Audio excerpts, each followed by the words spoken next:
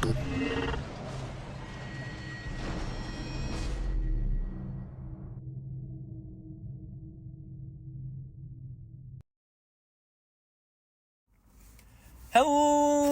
everybody, Yawnpeg back again for some more stuff, and today I'm feeling so overwhelmed. Everybody? Alright, I remembered to turn off Bluetooth this time on my phone, so I will not be connecting to the car speakers. You'll probably be happy to know. So, here's the deal. I'm applying for colleges. For graduate colleges. I'm putting on my sunglasses. And the thing about applying to graduate college is there are a lot of steps for some of these places. There are a lot of things I gotta do. I'm turning on the car. Oh, okay.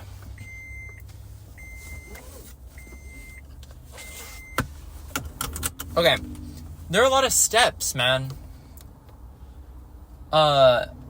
So, basically, I just went to, get my live scan done. Like, I had to have my fingerprint taken, because I'm applying to, a college, and the program I'm trying to get into is within the School of Education. And so I have to get a certificate of clearance as if I was going to become a teacher, even though I'm, like, not in that path. So, yeah. I mean, that's the gist, is I have to do that. So, I just went, so I went yesterday, and then I realized that I was being stupid, because I knew there was a form I had to do, but I didn't really fully read the instructions first. I just, knew that I had to fill out a form, and I knew that the place closed at 4. So, I just kind of got in the car and went, because it was going to close, really soon. So, I get there, and then I read the instructions, and the instructions are you have to have 3 printed copies of the form.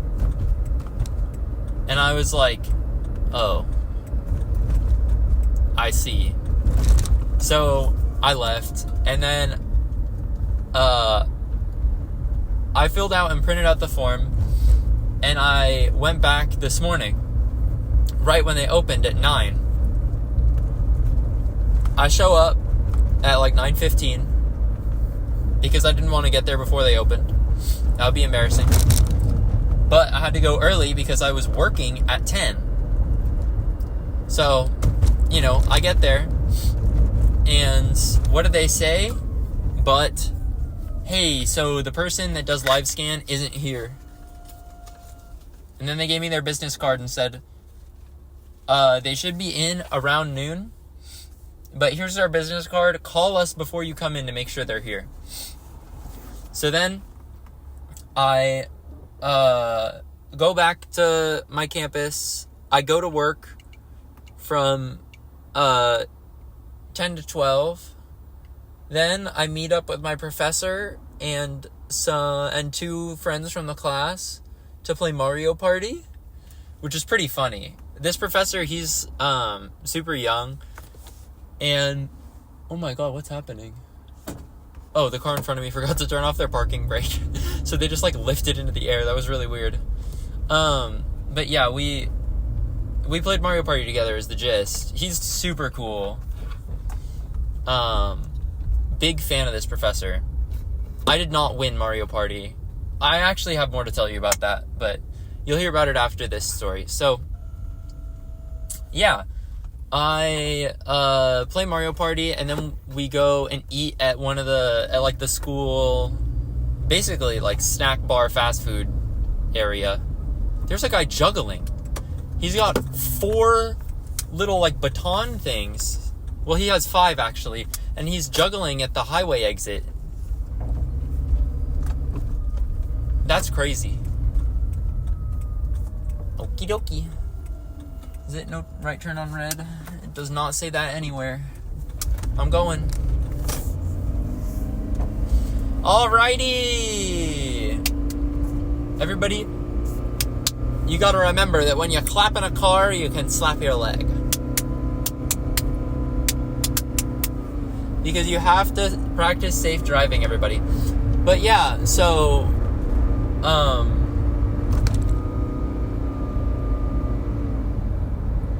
yeah, so I eat, and then after I eat, I go back to my room. Is this car gonna hit me? Oh my god. I had to speed up quite a bit. I was merging onto the highway, and they like, actually were gonna hit me. And now they're trying to speed past everybody else. There's no speeding, bro. It's like rush hour. I don't know what you're hoping for. So, yeah.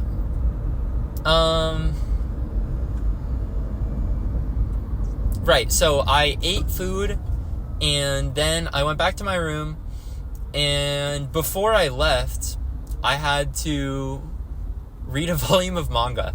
Now, I know that sounds really stupid, but,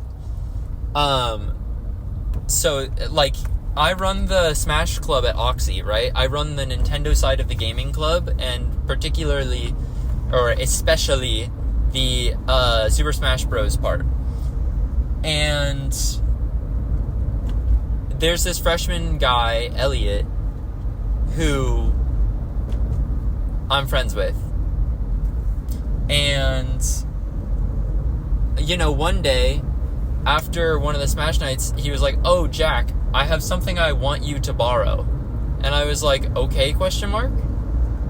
And then he gives me volume 1 of Blue Box, which is a Shonen Jump manga. It's a romance about Taiki, who is a guy that plays badminton, and a girl 1 year his senior who is a basketball player.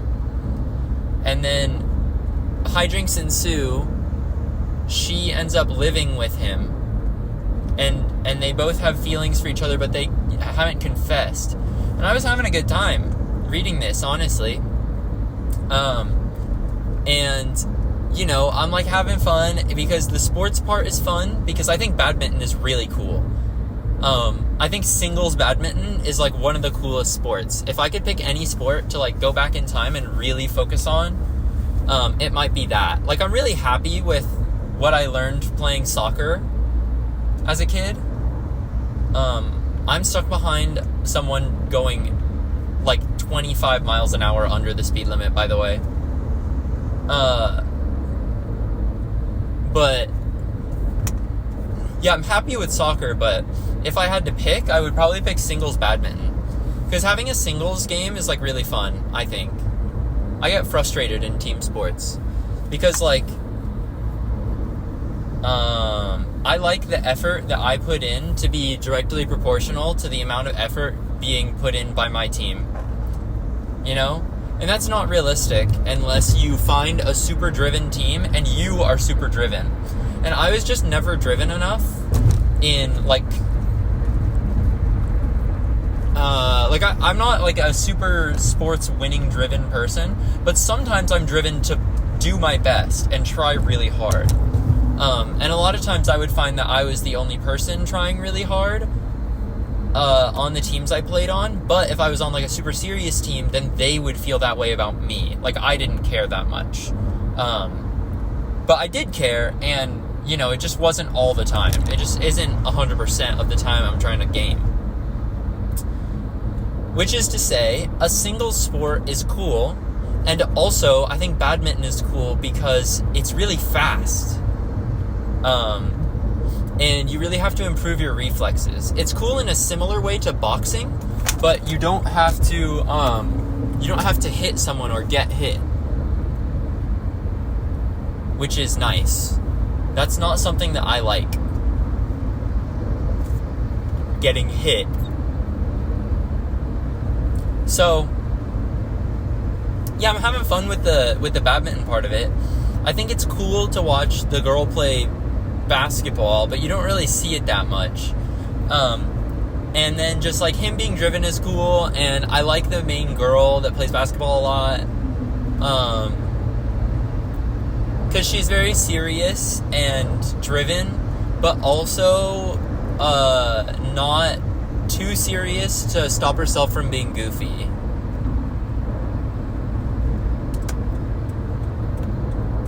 So, like, you know, she's silly sometimes. But then, like, okay, well, this is the part where I should say, A, I like romance. That's something I enjoy. And B, he's supplying us, Elliot is supplying me with volumes one after another as I read them. So, I read the volume, I pass it on to a mutual friend, the mutual friend passes it to me, I pass it to Elliot, Elliot gives the volume to the next one of us that he sees, right? And we've just been passing these volumes around and reading them. And the most recent one I read really, really drove home that this is now a love triangle story. And I'm just feeling frustrated by that. I'm feeling frustrated by that because I don't really like love triangles.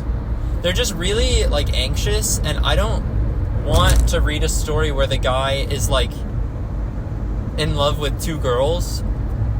Like, I just want to see romance blossom between two people that like each other. And I feel like, I don't know, I just don't like it. So this last volume, not my favorite. This is all to say, I had to read this volume because it's finals week, right? And Elliot is sick. So, the semester's almost over and he's sick. I may only have, like, one more chance to give him this volume before I go home for winter break. I don't want to take this volume home over winter break because I don't want to have to be really careful while transporting it. And I would be really careful because it's someone else's book, you know, like, I'm not going to mess with it. Like, it has to stay in nice condition. So,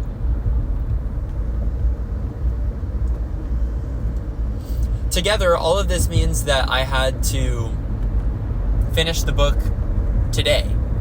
And then, because I'm going to Irvine, obviously. So, I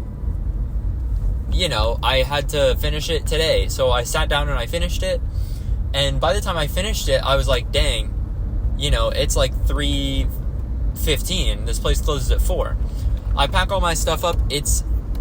Okay, when I finished packing up, it was like 3:15. And I pack up, put all my stuff in the car, get ready to go. I call the card that they gave me to make sure that the person is there before I drive there. Because I don't want to drive there if I don't have to. Otherwise, I'm just going to go to where I'm going. And I'm like, hi, and they're like, hello. And then I start saying, hey, so I came in earlier and I was told to call to make sure that the person who can help me with live scan is there. And they hung up. They hung up on me. That means that I went twice already. I went the day before and I went today. And both of these times I'm turned away. The first time it was my own fault. The second time it was just the person wasn't there. And now I'm like, they're not picking up. So I call them again. And this time they don't hang up. I don't know. So all is good. They're like, are you going to be able to make it? We close. I'm leaving in half an hour. I was like, yes, I'll be there in 5 to 10 minutes. I get there. I turn into the parking lot. There's no parking. Because friggin', I guess everybody needs to be in this little strip mall. Like, it's ridiculous. So, you know, I was just like, what is this? So I drive across the street and I park at a meter and I take out my coin purse to pay the meter. I was just going to put in like 1 quarter and see what that got me. And if it was 15 minutes, that's fine. So, you know, I go in, I park at the meter, and then I get out of my car, I take out my coin purse. the meter is blocked. There's a coin wedged in it, so I can't pay. And I think, you know what? This is fine. I just can't pay it, obviously. When I get back to my car, I'll take a video for proof that I can't pay it. And I'll take that video if I have a ticket. So it's gonna be fine, although it's stressful.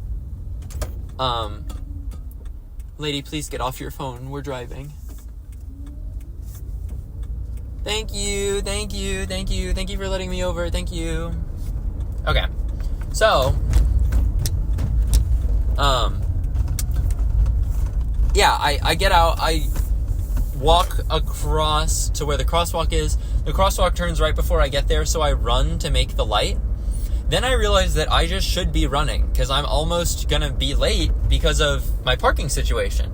So I run to the place, I go in, and I stand there, and they're like, hey, and I'm like, hi, and they're like, are you here for a live scan? And I was like, yeah. And they were like, is that your form? And I was like, yeah. And they were like, did you fill it out? And I was like, yeah. And they were like, cool.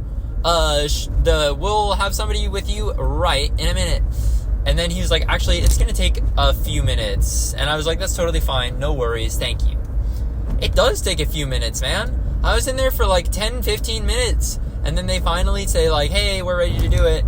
And then they did it. And now I have my live scan done. And I am done. So I get back in the car and I start up the PEGCAST. Now you might think that I am headed to Irvine. And, you could say that I am in the long run, but right now I have a step before that. I am stopping by at my home. Because you might remember that I said that it is about to be winter break, right? It's about to be winter break. So, that means it's almost Christmas time. Stay tuned for the Yawnpeg Christmas episode, by the way. Actually, it might have come out by the time you hear this. If you didn't watch it, I think you should go watch it. It's a great time. This is the first Yawnpeg video ever, at least since the, revival of the channel. This is the first Yawnpeg video ever that I have deleted and completely re-recorded from scratch because I didn't think it was funny enough. So, I want you guys to know that the level of effort that I put into this Christmas video was high. It was high comparatively to other Yawnpeg videos. So you might want to check it out. So it's basically Christmas time. And because of that, we're doing a Secret Santa. I don't want to start with me. That's gross. Cammie's roommates and I, Cammie, her roommates' friends and I will all be participating. And we're all excited to have a Secret Santa.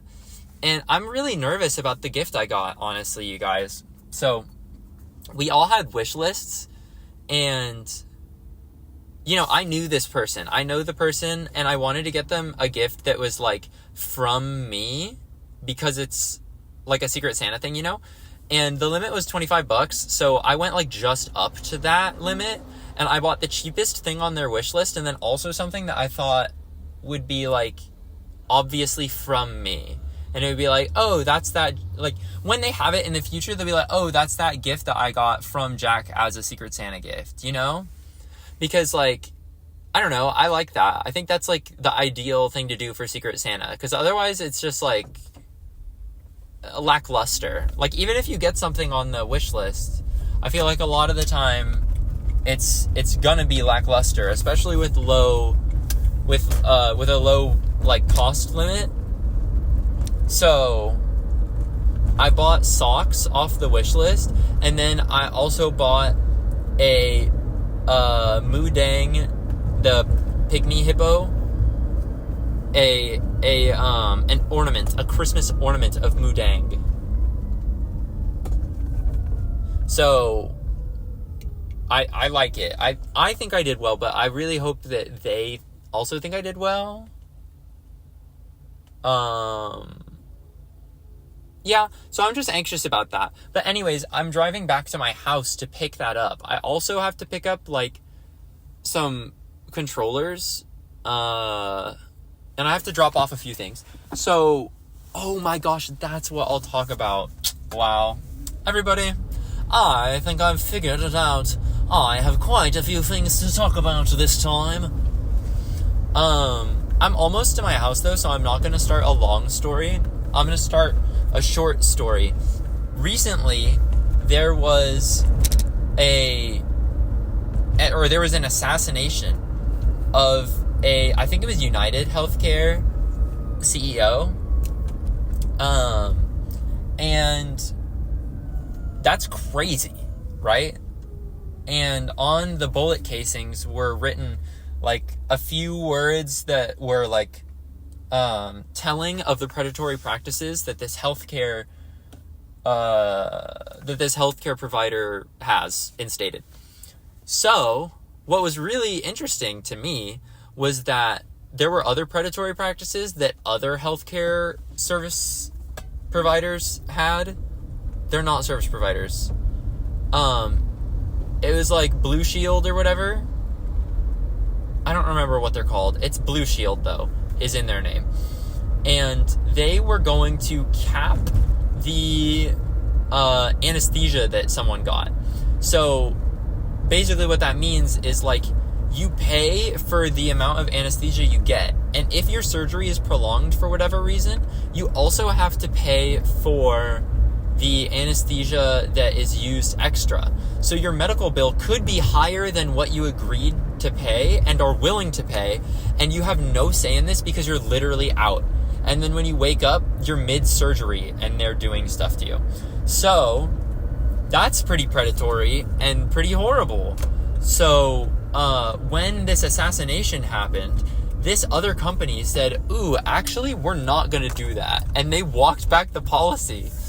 So I saw this meme that was like, it was like a confused picture of a dog. Like, this dog was looking really confused.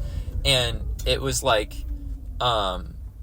Europe watching as, America fixes its healthcare crisis with gun violence.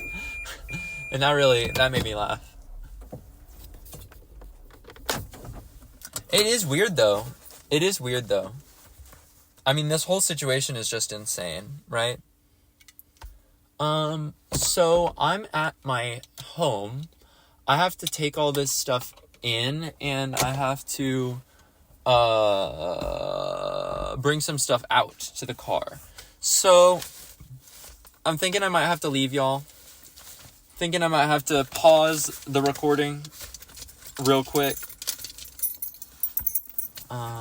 This should come in with me. Yeah.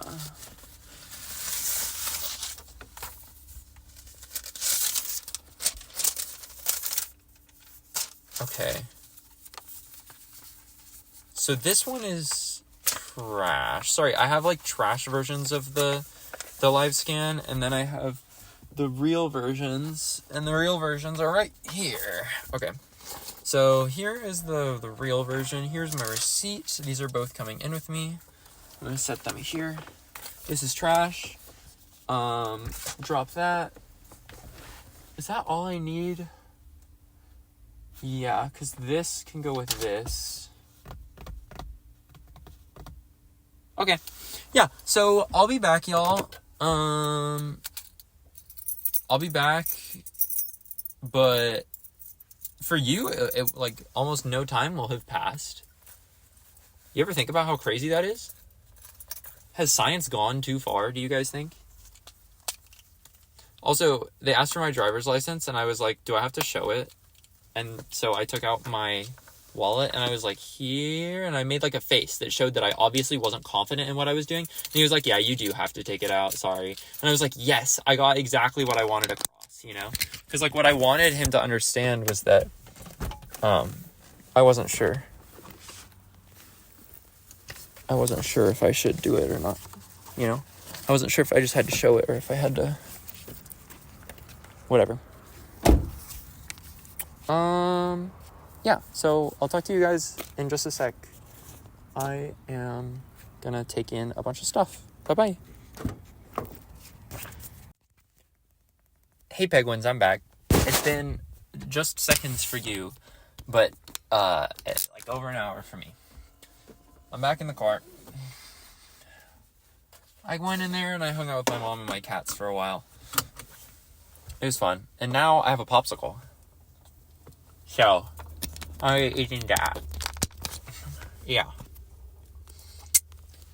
I'm gonna be eating my popsicle.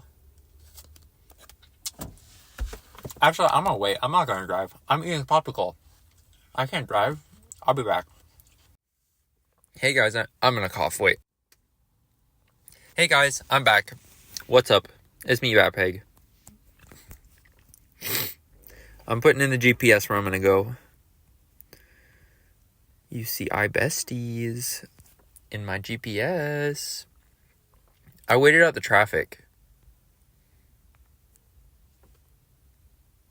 Sharing ETA. Sharing ETA. Sharing ETA. Sharing ETA. Okay, everybody. Wait, let me make sure my Bluetooth is off. It is off. Yippee! Sorry I had to leave because I ate that popsicle, and then I was gonna cough because it was cold. Everybody, comment below, do you cough when you eat a popsicle? Like, does the coldness make you cough? Because that's what happens to me. And I'm wondering if the Penguins have similar ailments. But anyways, I'm on my way. Well, actually, hold on. Let me check a couple things. That's fine.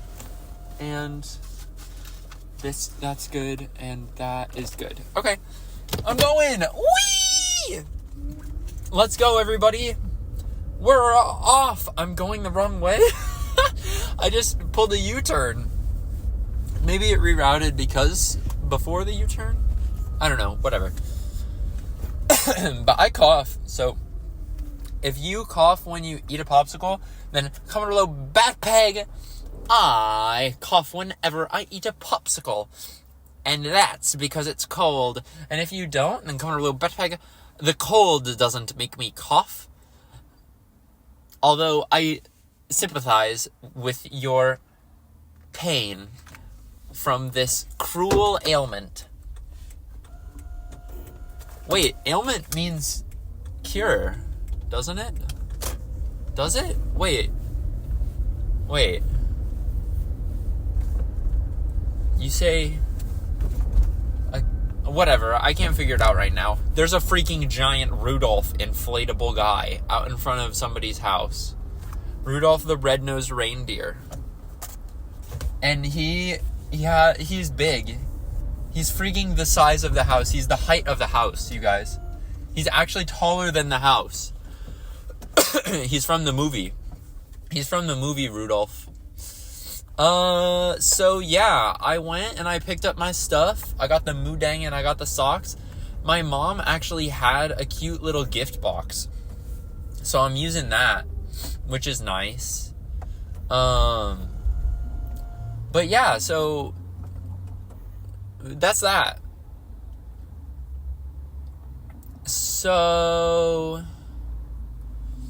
what I also had to take in giant boxes. So I have 2 giant boxes, and I'll explain to you why I have them.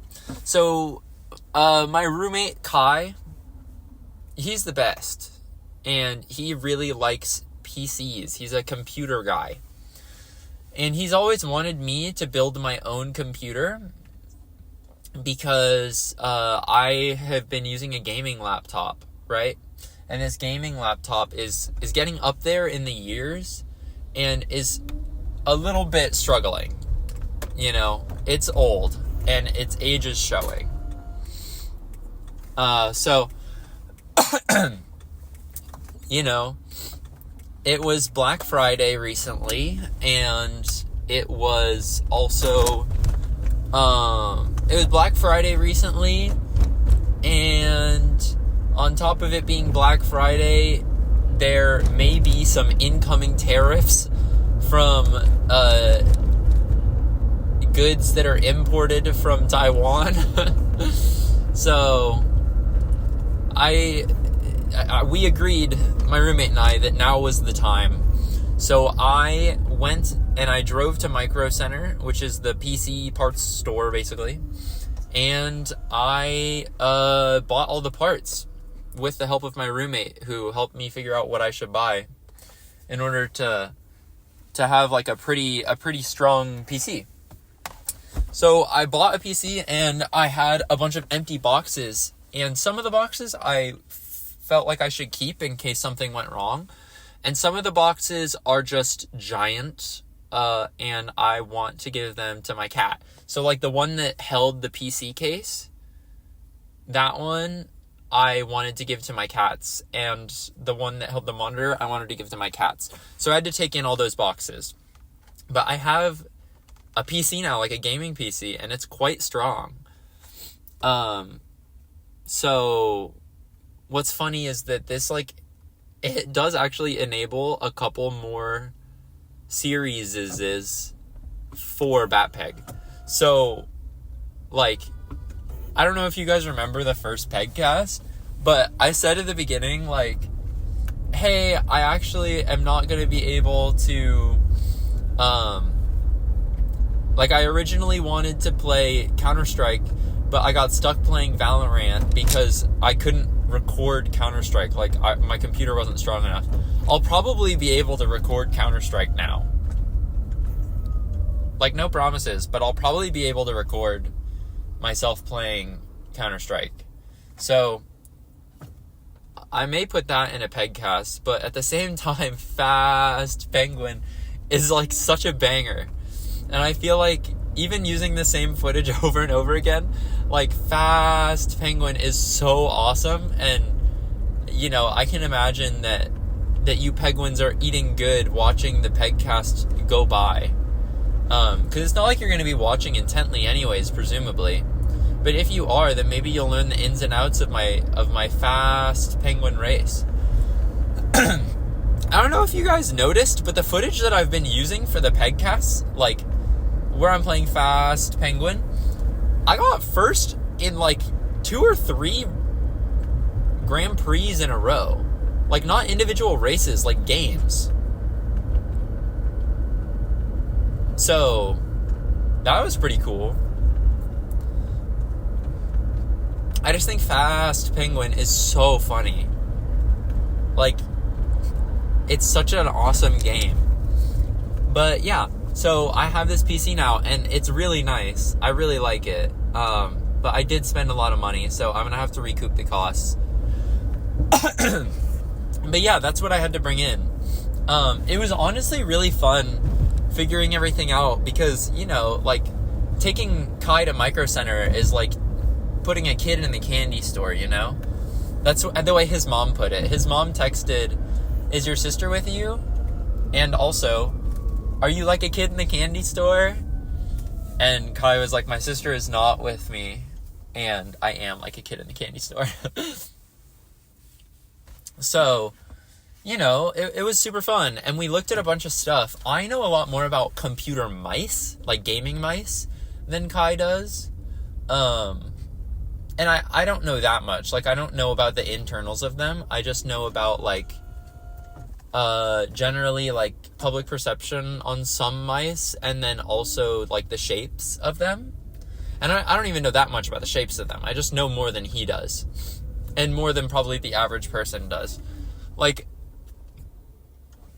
I don't need to upgrade my mouse right now, but if it did die, like, randomly, which, you know, I always feel is possible because I bought a budget mouse, but it's actually been lasting me a really long time. It's been really nice. Guys, so if you're looking for a budget mouse, I know the reviews online, if you see them, say that the Ponage, spelled PWNAGE, Ultra Custom Ergo, I know all the reviews online say that it's bad, but all those reviews were recorded for a revision of the mouse that sucked. And they've fixed it since then. So, honest to goodness, like, I think the Ponage Ultra Custom Ergo is worth your shot. Or is worth your attention, I should say. Like, that's not to say you should buy it. Like, this is the one you should get. Especially when the Lamzu Thorn exists. But if you're looking for an Ergo mouse and you want a certain color or you want like a color combo, then you should definitely at least like check it out, like see how it goes. I'm letting this person out of their driveway.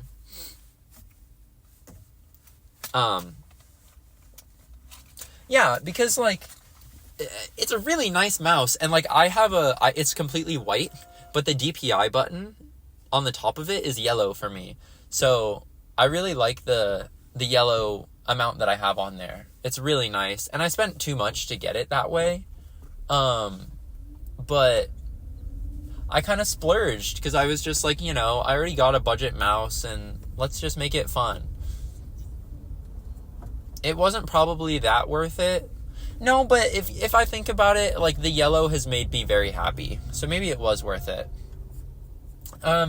Point is, Ponage Ultra Custom Ergo, pretty good mouse. I think you should look into it. Definitely don't buy it without also looking at the Lamzu Thorn or the Razer Death Adder. And Logitech just also put out a new Ergo shaped mouse. I don't remember what it's called. And then some people swear by the G305. But if you haven't already tried it, then there's no reason to go back to the G305 because they're just like newer versions. And then if you're gonna spend, if you're like not worried about how much money you're spending, whoa, there's a giant Christmas market. This is crazy. Wait, is this not a giant Christmas market? Is this a State Farm ad? This is not a State Farm ad. It is a giant Christmas market. Sorry, it was just right in front of a State Farm building. Wow, this is crazy. But yeah, there are other things to consider if you're willing to spend a little bit more money. This is in the only the Ergo shaped mice category. So like if you're looking for a symmetrical mouse or something for like claw grip instead of palm grip, then you should probably not listen to my advice on mice. But if you're looking for Ergo, check out the Ultra Custom Ergo. Check out Lamzu Thorn. Check out Razer Death Adder. Maybe check out the Logitech one if you're interested, but I don't think you have to.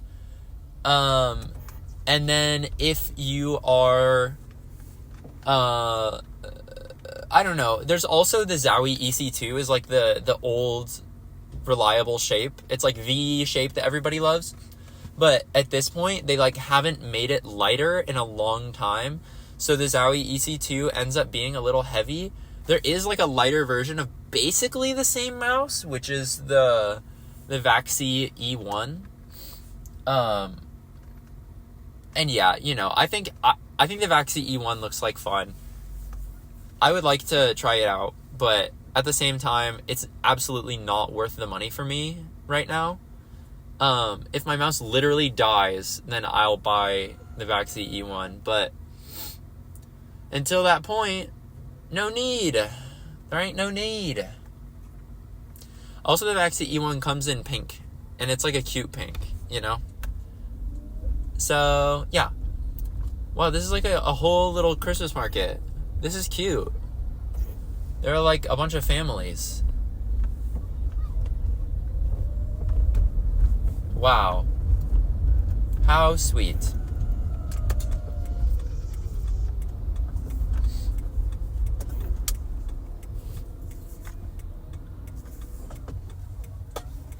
I'm just trying to make sure I don't hit anybody. Because it's pretty dark, and I'm turning it a weird way, because the turn lane was blocked off for the Christmas party thing. That's really cute. I wonder what it was for. Like, if it was something specific, or if it was just like a community Christmas thing. But yeah, okay, so I was talking about mice. Oh, right, because that was something that was fun for me, is I was like, Kai, you should check out these mice, because his mouse is pretty old, and like the rubberized coating on the side of it has like kind of worn away. So I was like, honestly, their mouse selection here is not that great. I think the only things that are worth trying for you are in the Razer section. You should probably go try out the Death Adder and the Viper, because they had the Viper V3 Pro and the Razer Death Adder V3 Pro. And I was like, just like between those two mice, you should probably see which one you like. Because he's already played with a super light before, so he knows what that's like. But yeah, the mouse section was not that great. They had a lot of glorious mice, and glorious mice are just like not that great compared to the competition, because, you know, it's not like they have like major problems, but at the price point that you're paying, they just shouldn't be that heavy or ugly. So yeah, I would advise against getting a glorious mouse, but what do I know, right? People also advise against getting glorious panda switches, and I like glorious pandas, because they're like knockoff holy pandas, you could say. I mean, they're definitely not like as good as holy pandas, but I don't know. I put them in my keyboard, and I think they sound nice. Oh, right, so also because I have this PC, my keyboard doesn't have the function row, so I don't have like F1 through 12 on my keyboard. I just have the normal numbers. So I had to figure out how to do that, and it's actually quite nice now that I figured it out. Like, it's quite nice, because I was kind of sad because I thought I would have to replace the tilde key on my keyboard with a button to modulate the keyboard to change the numbers to the function row. But as it turns out, the button that changes the F row, or that changes the numbers to the F row, it also gives me the tilde key. So I didn't have to sacrifice anything. It was a wonderful surprise. So I was happy about that. But yeah, we were in Micro Center, and I had ordered some things for pickup because Kai told me to. He said, you should order these for pickup. And I said, okay. And so I did, and I'm glad I did, because it like basically all went out of stock pretty soon after. Thank you for letting me in.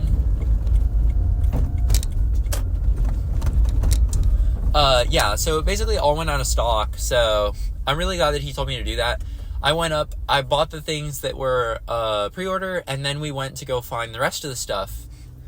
And they didn't have the case that we were looking for, so I had to get it in white instead of black. And I had originally said that I wanted to get it in black because it wouldn't get dirty as fast, and like if I have cats, then the cats might get it dirty. But honestly, the white case looks really good, so like I'm pretty happy with how things turned out. And yeah, like it's very helpful to have a roommate who like, it's very helpful to have a roommate who knows all this stuff, because he was like, oh yeah, this case was like getting really good reviews because it's like the only case with this good performance under $100, or like one of the most reliable YouTube reviewer channels did like a best cases, and this won the best case under $100 or something like that, you know? And so it's really nice to have that, because I couldn't tell you anything about building a PC, and he's really helped me out, and I'm just like so grateful, you know? But yeah, we walked around, we took a while trying to find the case, and we couldn't. But we were waiting on like a support thing. Like they give you, you know how when you go to like a restaurant, like some restaurants, like Olive Garden-y type, like family restaurants will give you a buzzer, and it'll like buzz when it's your turn to sit. Basically they gave us that, but it was for like support. So like whenever it buzzed, we could go up and ask a guy who would be like assigned to us to show us where stuff was in the store, and like help us get things down from high up and check their back stock and stuff. So yeah, when we did it, we called them over, and they were like, ooh, we sold out of that case in black. So we found the case in white. There were 4 of them when we got there, right? And by the time we decided if we were going to get the case or not, there was only 1. So we did it. We just snagged it. Really glad we did. Super happy with that. And the real decision was, like, I don't really care if it gets dirty if I'm trying to prioritize performance. But then it ended up being really cool looking anyways. So happy about that. And then Kai helped me choose out basically everything. And when I say helped me, I mean, he said, here's all the stuff. And we walked around the store, and it was just fun shopping for, like, okay, actually it wasn't. I was feeling so stressed out because, like, I was making such a big purchase. And in retrospect, it was fun because everything worked out. And, like, it was something to do with my friend. But, like, it was stressful. I don't like making purchases that are that big. But yeah, so I had told him that for helping me build the computer and for helping me figure out what parts to buy, I was going to treat him by taking him to Micro Center and buying him a churro. Because near the Micro Center, there is a market, and they have a super, super cool churro place. And this churro place, like, their original location is in Mexico City, in Mexico. So, goodness gracious, everybody. I just can't get this nose feel out. And it keeps making me cough. So we went to the churro place, and Kai had not accounted for tax, which is pretty big where we are. Sales tax is pretty big. So he felt really bad that I spent more than he had said I was going to spend. Although I tend to, like, really tamper my expectations. Dampen, I should say. Tamper with or dampen my expectations. Just to make sure that I don't get disappointed very often. And I get excited. Like, this isn't, like, a bad thing. At one point I talked about it with my therapist even. Because my mom was like, it's not good that you do this all the time. That your expectations are always so low. But my expectations are just, like, generally low. And that I'm super happy whenever things happen. Like, I still have a love for the things that I do. And, you know, like, I really love the things that I love. But I keep my expectations low about whether or not they will happen, you know?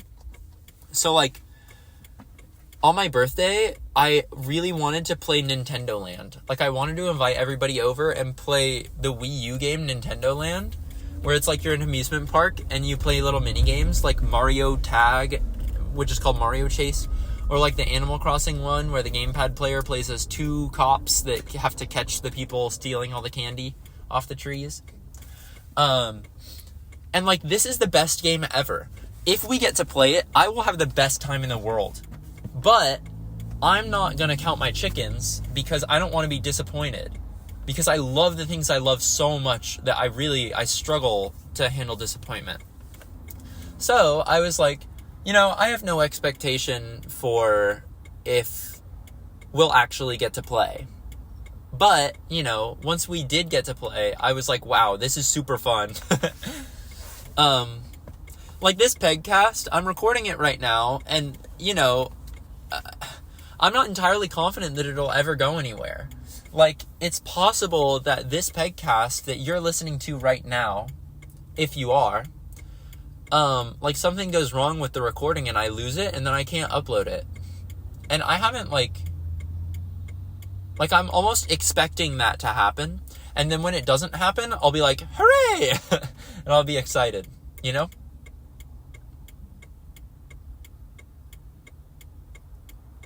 So, yeah. I mean, that's what I have to say about disappointment. But why was I talking about that? Oh, right. So, I wasn't really disappointed when I spent more money than Kai told me I was gonna. But because of that, he felt really bad. Just because of it happening. He felt super bad. And so he bought the churros. So when we drove out there, it was me, Kai, and his girlfriend, Alina. And we went to the churro place, and they discussed what they wanted, and then I was like, I just want my one churro. Because I wasn't going to be greedy. I wasn't going to say, buy me two, you know? And then he also bought me dinner later, but we'll get there after.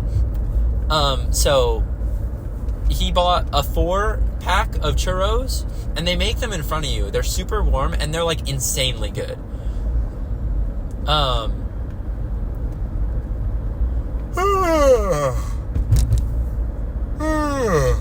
Some yawn action. Some yawn action for the Penguins. But yeah, so we got 5 churros, and I ate my one, and then they ate theirs, and then they were like, you can have another one, by the way, like, we're not gonna finish these, probably. And I was like, yes! That was the best news I'd ever freaking heard, everybody, it's the best news I've ever freaking heard. So, I got to eat another churro.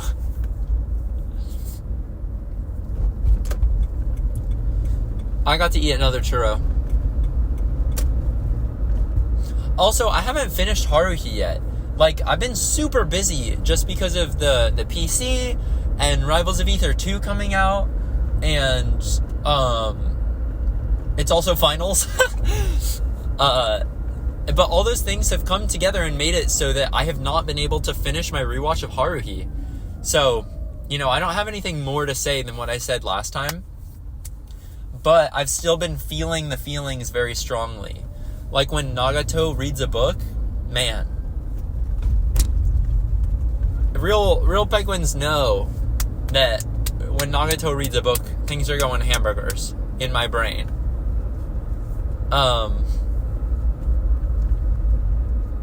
So yeah, as we're eating these churros, you know, this place is pretty near Irvine.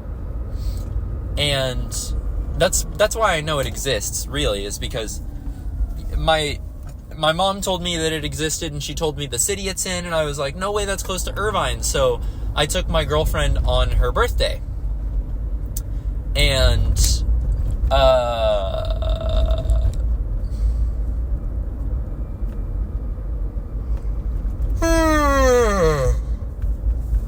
a little yawn for the Penguins. I took my girlfriend for her birthday, so... Oh, right, so that's how I knew where it was. And,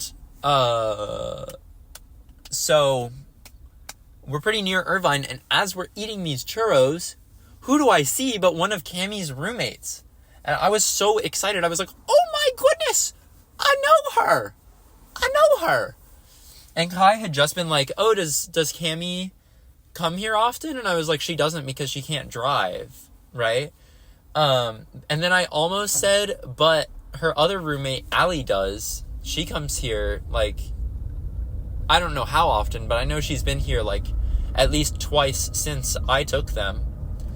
And then I decided, like, I didn't say that, just because I figured, like, I don't know, I don't want to just, like, talk about all my friends, because I didn't want to be annoying. I didn't want to just be like that guy that's like, oh, I love this person, I have to talk about them all the time with you.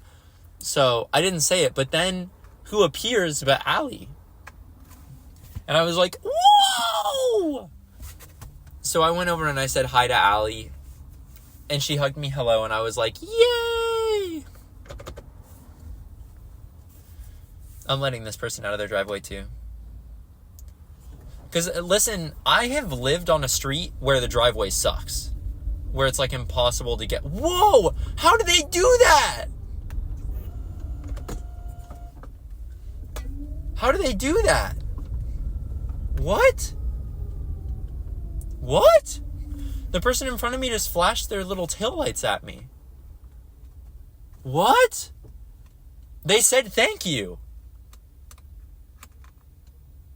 This is a feature I thought impossible in the car. This was a comment below in a different PEGCAST.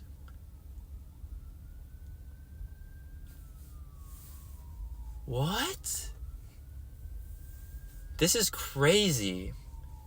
I gotta figure out how to do that.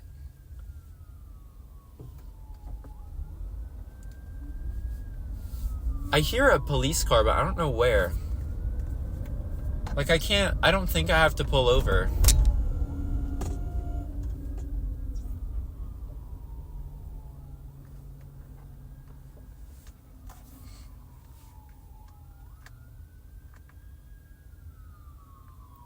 I think I do have to pull over. It sounds like it's getting a tiny bit louder. Where are they? Oh, I think I just saw them turn, actually. Yeah, they turned.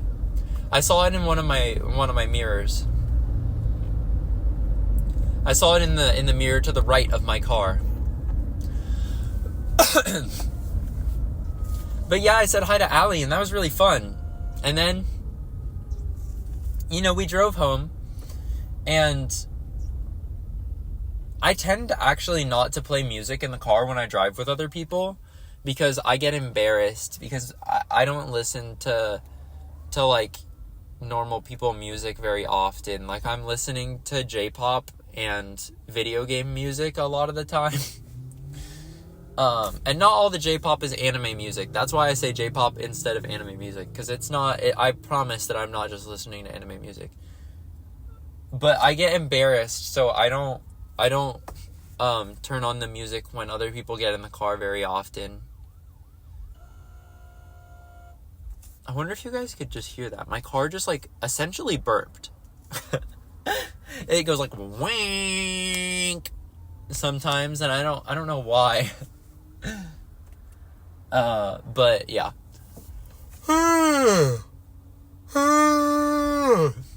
Wow, that second one was a big yawn for the penguins. I want you guys to know that is not forced. I'm not forcing these yawns. They're true.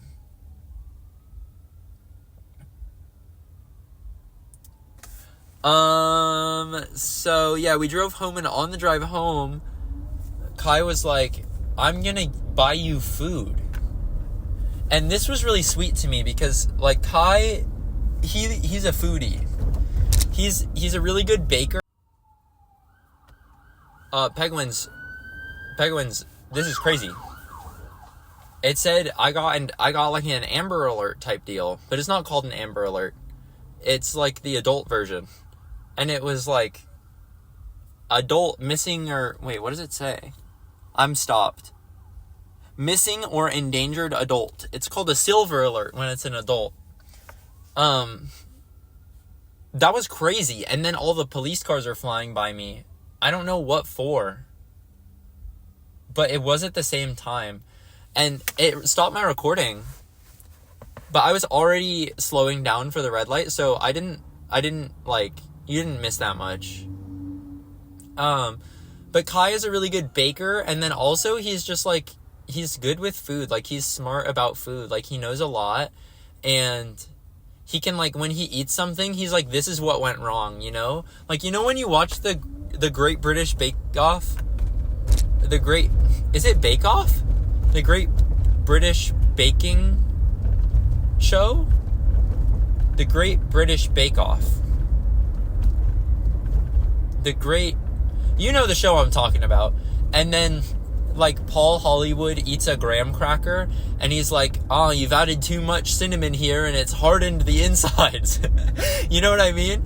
Like, and then Mary Berry is like, it is good though, I do love a bit of spice. And then she's so old. Basically, he can, like, say that, you know? Like, he's really smart about food. He can, like, assess what was wrong. Like, he'll eat the rice at the school dining hall, and he's really sad because he wishes it was good, and it's bad. He just wishes that they would get a big industrial rice cooker, because those will cook a lot of rice well. You know, that's a separate thought, but he's, like, really good with food. So it was sweet to me that he was gonna buy me food, because it's like, wow, that's like, Kai is buying me food right now. Like, I feel like a little princess. I feel like a dainty little princess getting food bought for me, especially because, like, this was supposed to be his little treat, you know? Like we went to Micro Center because I had to buy something, and he came all the way out there to help me, and his treat was supposed to be getting to go in the store and getting a churro. Instead, I get the churro, and then he's going to buy me dinner. So I say, dude, I'm really sorry. I think I want to eat the sandwich from Dave's Hot Chicken. Like, I don't mean to do this to you. And he was like, no, I mean, like, I'll eat whatever. I'm happy. And he's telling the truth, but he would have chosen something better. And then it turned out that the Dave's Hot Chicken doesn't have the vegan sandwich. I don't know if that's like no Dave's Hot Chickens have the vegan sandwich anymore, or if it's like the one near me didn't. But we were going to Postmates it, and then we couldn't. And then instead we Postmates did this Taiwanese restaurant called Joy. Y'all, Joy is so good. I got mapo tofu. It was so good, as always. Kai is so smart. He said, he said, is there anything you like at Joy? And I went, oh, Kai, that's such a good idea. And then we ate it. And then after we ate it, we started building the PC. And then he bought me an SSD. I needed an SSD because whatever, you guys don't care, I promise. I'm really close to one of Cammy's favorite places to eat right now. That's fun. I'm super close to one of Cammy's favorite places to eat. I wish that we could go there and eat together, but she's so far away. It says that I'm still going to be recording for an hour and 12 minutes. When I left, it said that I was going to only be recording for an hour and a half. And I think that was a lie, but maybe I just don't have a good sense of time. Maybe it has not, I don't know, whatever. But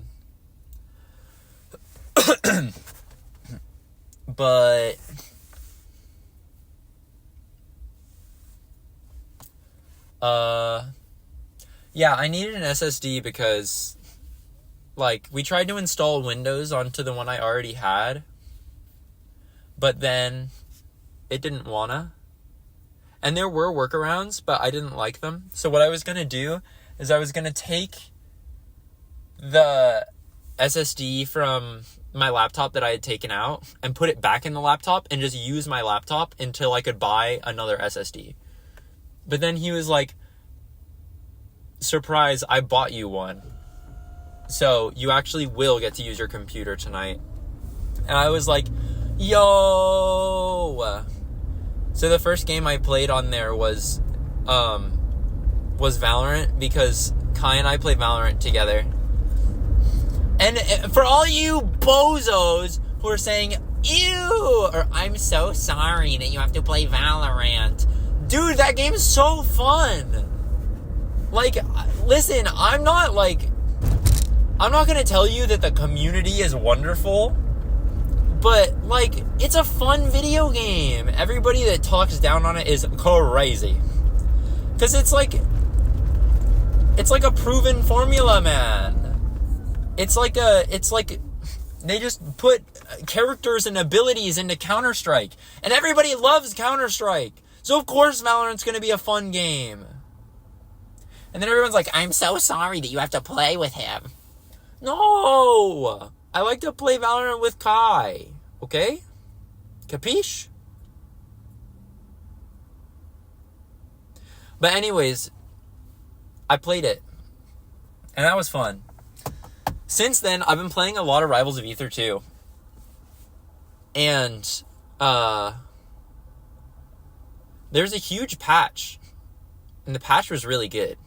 So, basically, they said for this patch, the game is very new, so they're not focusing on balancing, right?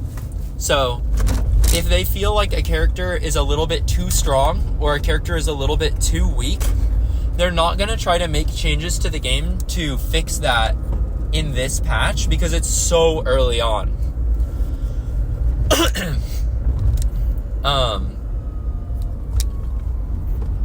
Okay, they're going that way, so I can go this way, and now we drive.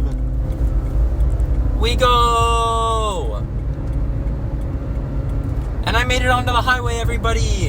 Woohoo! Woohoo! Woohoo! Everybody give me one big clap in real life. Woo! Hooray. Yeah, so the Rivals patch, basically, they, like, didn't want to balance anything, which I think is, like, a good decision. Because the game is really early on, it's very new, so we don't, like, know how to play that well yet. And because of that, our thoughts about what characters are good and bad are likely wrong.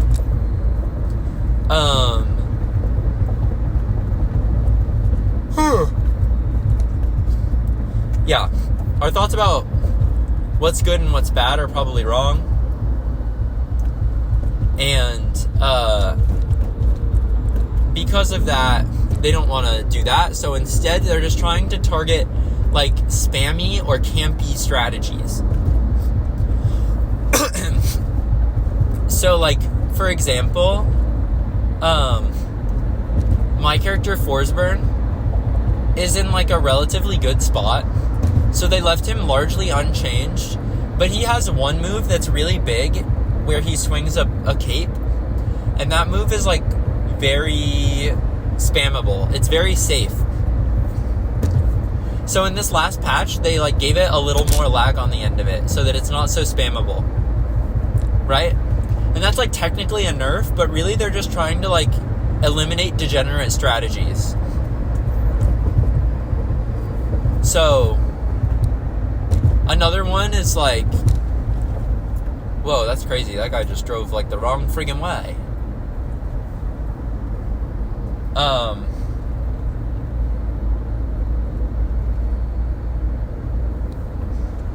Yeah, so, they made it so that, for example, like, Rano, a lot of his moves just combo for free. So he'll just, like, spam, down tilt, which is, like, a move that starts combos. And he'll just kind of spam that move. So they made it so that it's a little more precise. So, like, it still can set up for combos in the same way, but it's only, like, on a specific part of the move that works. So you have to be more precise about it now. So you can't just, like, spam it as much. And they did that for, like, a lot of moves, including Zetterburn back air. They made it so that his back air won't combo into up strong at, like, high percents. And also you have to be a little more precise with it, because it was a very spammable move, even if it wasn't, like, that strong. What just fell? Something just fell in my car.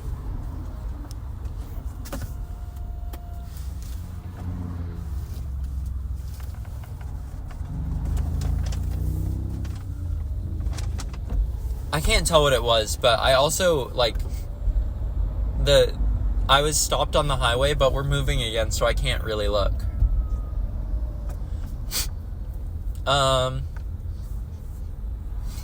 Yeah, so,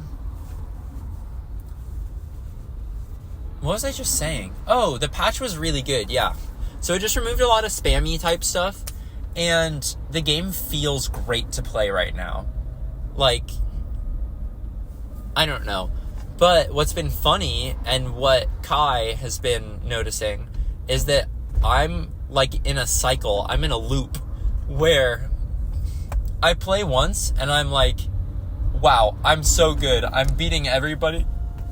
Sorry,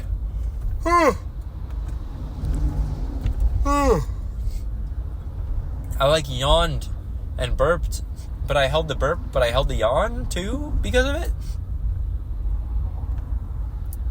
I'm gonna try to merge into the lane to my left, but I'm gonna be careful about it.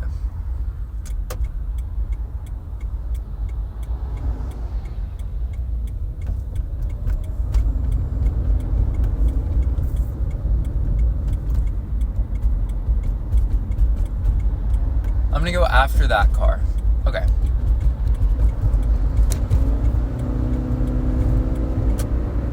Cool. I was in the far right lane on the highway, and like a lot of people were exiting because it's it's like the tail end of rush hour, so it was like really slow lane.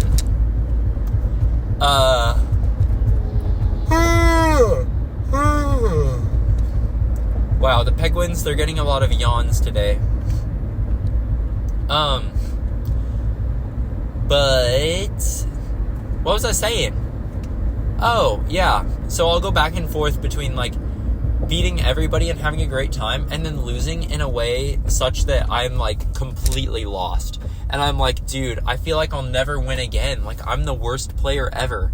And then I get off and I get back on later or the next day or something, and it's all fixed. And then I get back on and it's all there again, and I'm terrible.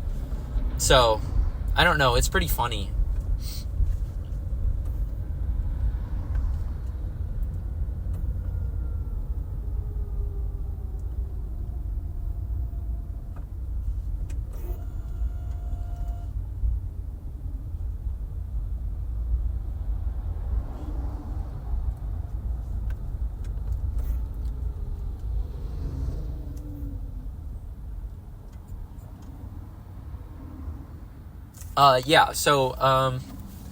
Rivals 2 has been a struggle, but it's been really fun. And I bought my first skin. So, I used the paid currency, okay? But I got it for free. So, basically, Rivals is like, it's so generous with the stuff that it gives you. So, you get like a ton of free skins, and then also you get a bunch of free currency that you can use to pay for skins. But you can only use it when they come around in your shop, like, randomly. So, like, you'll get, like, 4 skins in your shop out of all of the skins in the game. And you'll be able to pay for those with the free currency. And there's some skins that are, like, really cool that you can only use the paid currency for. But you get the paid currency for completing free battle passes. And these free battle passes are, like, you just play games, and then you get experience points, and then you level up the battle pass, and it gives you tons of free currency, and it gives you a tiny bit of the paid currency, and then it also gives you one themed skin. So, like, I just got a winter, like, holiday skin for Loxodont, who's the elephant, and he's a white elephant with, like, his, like, big axe is, Christmas colors. And, like, that's just for free, plus all this currency that I get. So, I bought, like, a super sick skin for my main Forsburn. And it's so cool. It's so cool!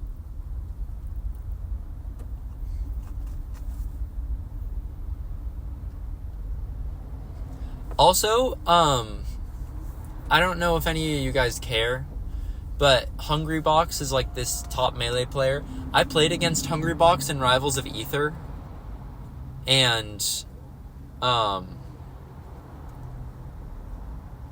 when I did, it was on his stream. So I have it recorded, and I have me playing against Hungrybox, and it's recorded, and it's in the last PEGCAST, the really long one.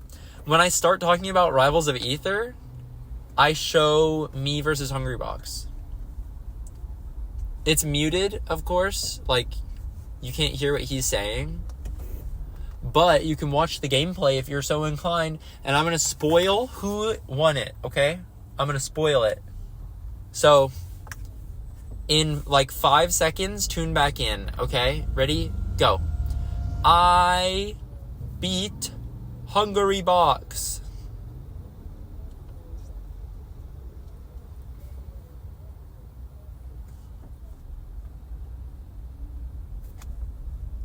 And welcome back, you lovely penguin.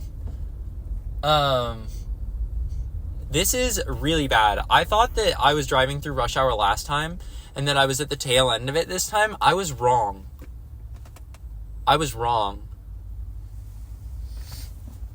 Like, I'm feeling cooped up. I'm friggin' stuck here.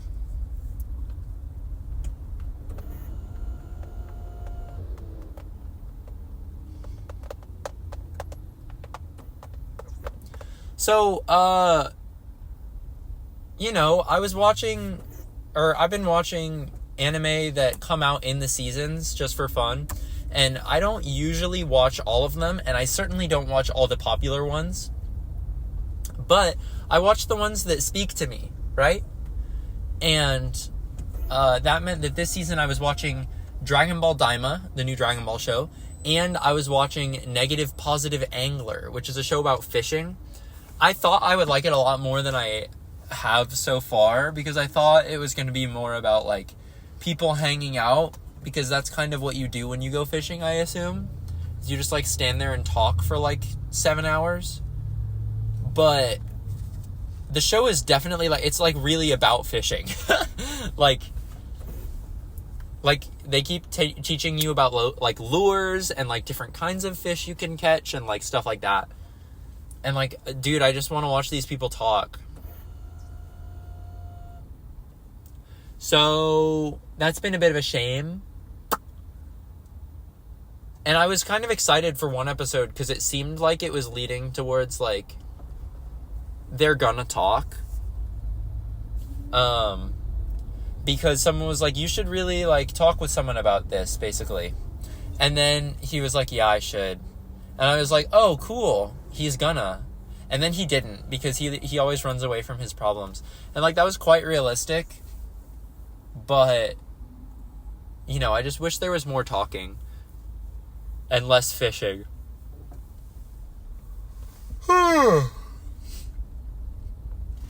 But, yeah, so, I mean, I don't know, it's been fun. And then Dragon Ball Daima has been okay. I thought the first couple episodes were bad, because I felt like I was watching Dora. But ever since then, it's just been fun. It's just like they're going on a little adventure, you know? It's just been, like, silly, goofy type fun. And today's episode is Goku versus somebody, and they're gonna fight to see if Goku can get a Dragon Ball. And I'm pretty excited to watch it, but I haven't had the chance, because I've had a really busy day, Penguins. It's been a really busy day. And I'm on the highway wishing that I could be playing Rivals of Aether 2. I'm on the highway wishing I could play Rivals of Aether 2.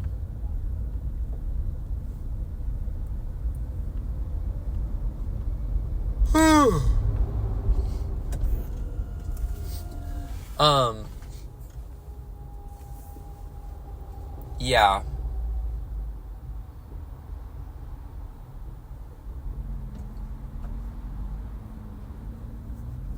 Sorry, I had to yawn.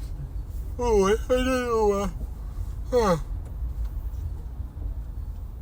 know. Another one. So, I want you Penguins to know I'm not sleepy. I'm a yawner. Especially when, like, I have to breathe using my mouth at all. And my nose is a little bit clogged, so I'm having to breathe with my mouth, and it's causing me to yawn.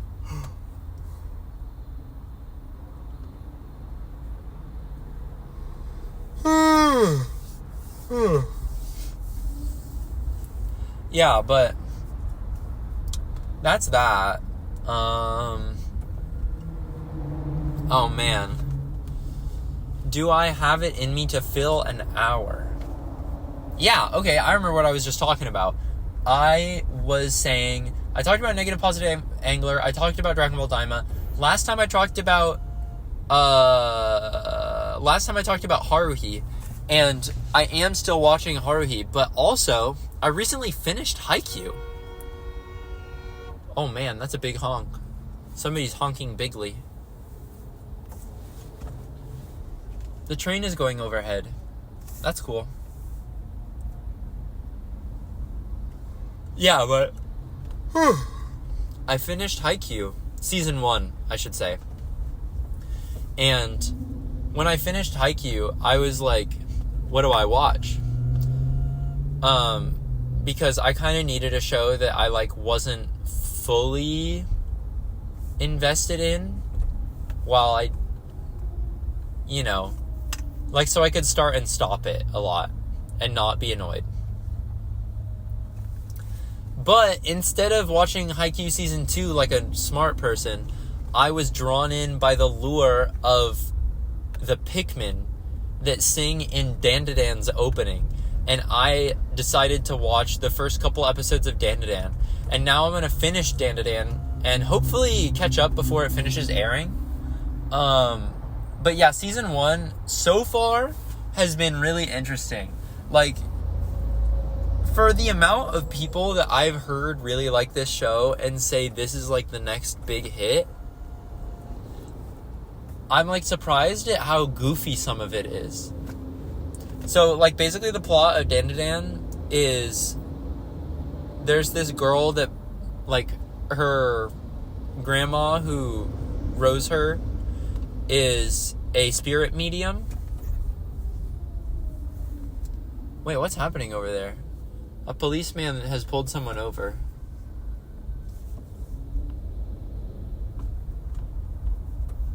Huh.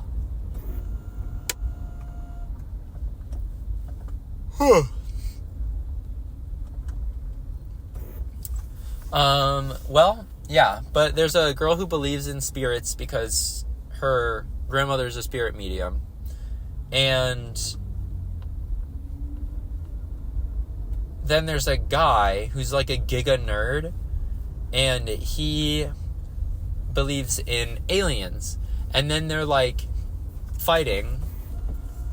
They're like arguing. And the girl is like, you go to this ghost site so that you can like see that ghosts are real. And he's like, you go to this UFO site. And then they both go, and the girl gets abducted and the guy gets possessed. And the girl is really cool, and the guy is a nerd, but he has like a strong sense of justice. And the aliens and the spirits seem to have some sort of connection. Like they're the same guys or something. But hold on. Sorry. But yeah, then the aliens come over and they say, we can only reproduce by cloning, but that doesn't let us evolve, so we want your banana-shaped organ. And then it seems like all the ghosts and all the aliens are like after the banana-shaped organs of the people. Which is a little goofy, a little unserious, a little crazy, a little perverted, and a little off-putting. But everything else about the show has been really fun. The dialogue between these two people has been super fun. They're really well designed. Like, they're very charismatic. The way they move around is really fun. Like, they just look so goofy, and they look so cool, and the movement looks really sick, and the fights look really sick, and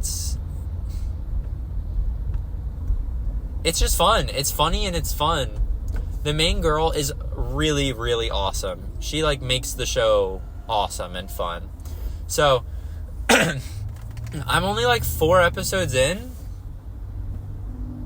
They fought Turbo Granny at the end of last episode and defeated her. So that's where I'm at. But yeah, that's basically Dandadan. I thought that was going to carry me for a long time, and that I was definitely going to be able to fill an hour. But somehow, now it says that there's an hour and 1 minute left. Like, the time extended.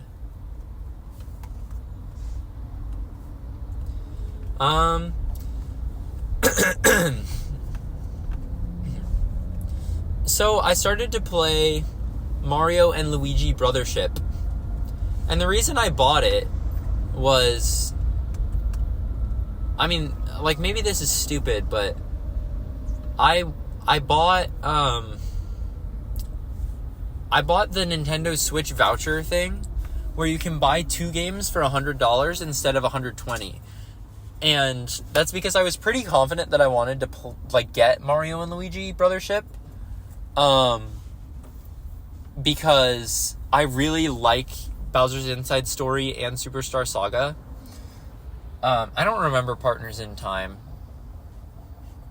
but I'm sure I would enjoy it if I played. And I wanted to get it, and I knew I was getting Mario Party. So I was like, you know what? I might as well just do it. I might as well bite the bullet. And I was like kind of sad because I saw on IGN that they said that it was like a pale imitation of the series, you know? But then I saw some other stuff that was like, no, it's actually cool. And I was like, okay, well, as long as people are fighting back against what IGN said, like, then I'm not going to believe IGN over some people that said the game is cool, you know? But let me tell you, it is not a Mario and Luigi game. Like, Mario and Luigi always have so much stuff you can do to interact with the overworld, both as Mario and Luigi. And, like, you can interact with each other because you play as Mario and Luigi. So, like, Luigi will hit Mario on the head and he'll squish and then he can fit in little gaps.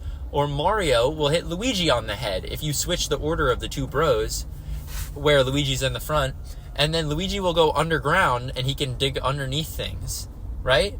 And then, like, you can have Mario jump on Luigi and do a, like, super high jump move, or you can have Luigi jump on Mario and do, like, a spinning twister move. And whenever you're, like, parkouring and jumping and stuff, you're platforming, you jump with Mario, or assuming you have Mario in the front and Luigi in the back for this example, you jump with Mario and then jump with Luigi. Like, you jump with them both because you have to. But in this game, it's like you play as Mario and then Luigi is like his own guy and he follows you. So you can make Luigi jump, but, like, if you're running up to the edge of a cliff and you make Luigi jump, he'll jump in place and then wait, and he won't follow you. And that's because the game does all the Luigi jumps for you. So you don't have to, like, do any platforming, really, in the same way that you used to with Two Brothers. And a lot of the stuff where they interact with each other is just gone. So, like, now, if there's, like, a tall place you have to jump up on, and there's, like, a little ladder where you have to do it, you walk up to that ladder with Mario and you jump on it, and then Luigi walks himself over to you, and then you have to press B to, like, make yourself get shot up, you know? So it's just missing a lot of the, like, Mario and Luigi interacting with each other, and they've also stopped making fun of Luigi, as far as I can tell, like, a couple hours in. Like, the Mario and Luigi series always made fun of Luigi as, like, the lesser brother. They would be like, oh, hi, Mario, and whoever this green fellow is, you know, stuff like that. And, like, that's just, that comedy is, it's just gone. It's completely removed. So that's kind of weird. And they've added in this new thing where you can use Luigi logic, which is basically just like you press L when Luigi can do something and then he goes and does it. So, like, if there are boxes, you can press L and Luigi will just run by himself and break all the boxes. And, like, that is kind of nice because it breaks up the tedium, you know? But it's different. So, it doesn't feel like Mario and Luigi. It feels like a different series where you play as Mario and Luigi is also a large, like, he plays a large role.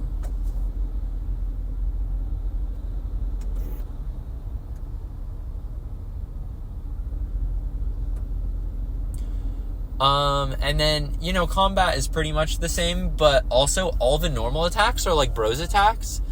I wonder if I'll get, like, special attacks later that are called Bros attacks, but basically in the previous games, in the first 3 Mario and Luigi games, like, when you jump on okay, so it's like a turn-based RPG, and when you pick your turn, you can, like, pick jump or hammer to attack, or you can do Bros attacks that are like special moves, or you can use an item. So if you jump, then you jump on the enemy, and if you press A right when you jump on them, then you jump up. And then you can, like, do little, like, fancy button input combo things to make it so that you can do more damage. And in Brothership, they've made all of those involve both brothers. So, like, when Mario jumps on an enemy, he jumps on them, and then he bounces off, and then Luigi throws him back up in the air, and then he jumps on him again. Right? And it's like, well, this, like, I don't know, I want the bros attacks to feel special and cool. Like, does that make sense? Like, the special attacks used to be when Mario and Luigi interacted with each other. Now, it's just, like, all the time. So, I don't know how to feel about that. But, yeah. I don't know how to feel about that.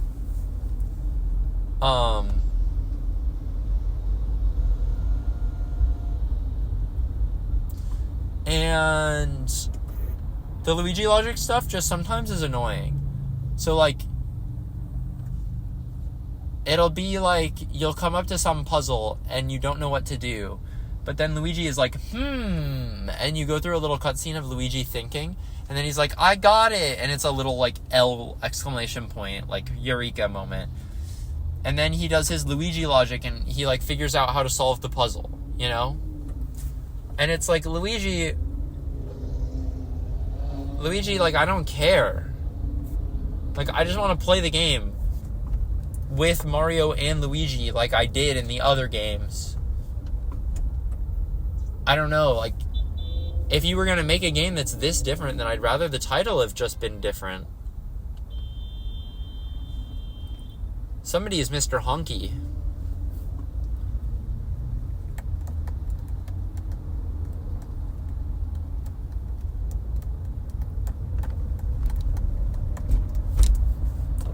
Mr. Honky, in your car.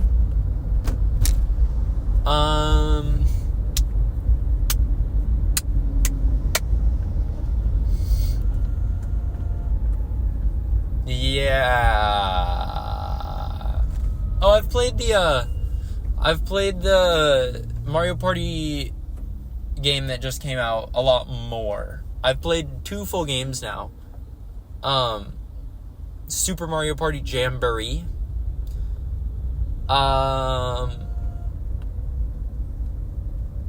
Yeah, so I think it's fun. I don't understand why they made the Pro Rules so weird, though. Like, when I saw that Pro Rules existed, I thought you'd be able to turn on and off things within the Pro Rules, you know? Like, really, when I see Pro Rules, all I want is for them to let me, like, figure out how duels work, like, so that we can duel for stars again. And I want them to let me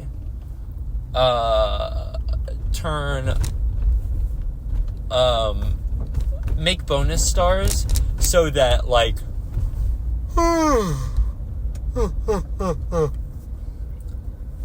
sorry, Penguins.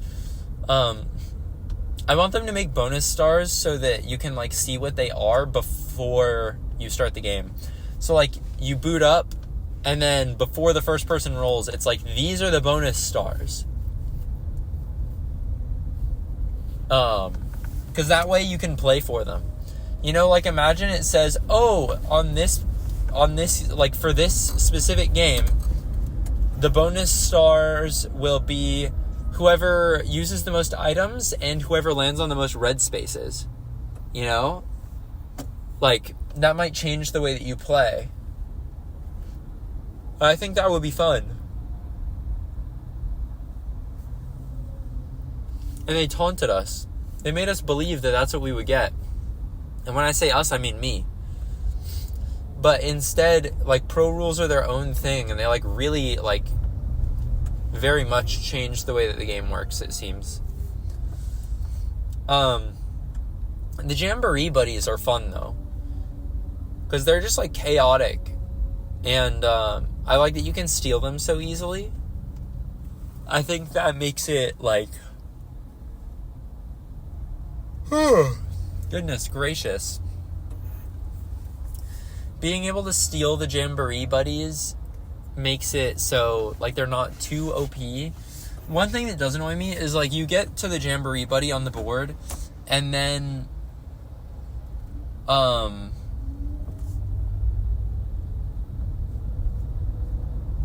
whoever landed on the Jamboree buddy gets an advantage in the minigame that you play to have them. So, like, when someone lands on a Jamboree buddy, everybody plays a minigame, and whoever wins the minigame gets that buddy. But the person who rolled gets a bonus. These bonuses are so powerful that oftentimes, if you're all of relatively equal skill, like, the minigame just ends up being a cutscene because you already know who's going to win. It's going to be the person that landed there.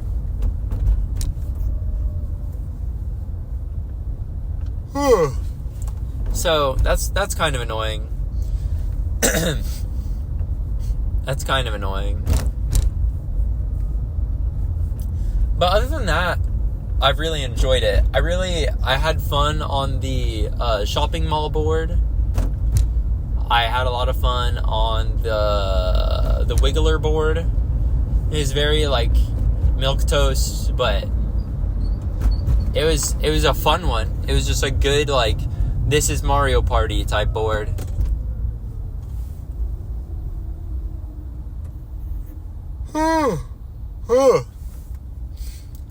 Oh my gosh.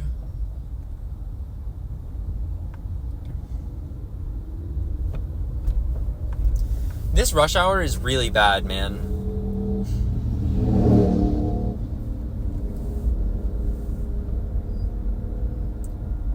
I've, like, gotten nowhere. Oh, honk honk. Someone say honk honk, guys. Ugh. Dude, I've just been sitting in this car for so long. I don't want to be sitting in here anymore. Ew, I turned on the AC a little bit and it smells terrible. Because the car in front of me is gross. That's a shame. That's a real shame, everybody.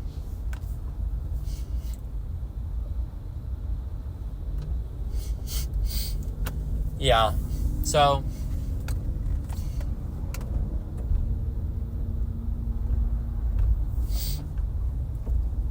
in other news, Marvel Rivals just came out, and like, it came out yesterday, ? Yeah, it came out yesterday, I think, and it's pretty fun, to be honest, Winchu.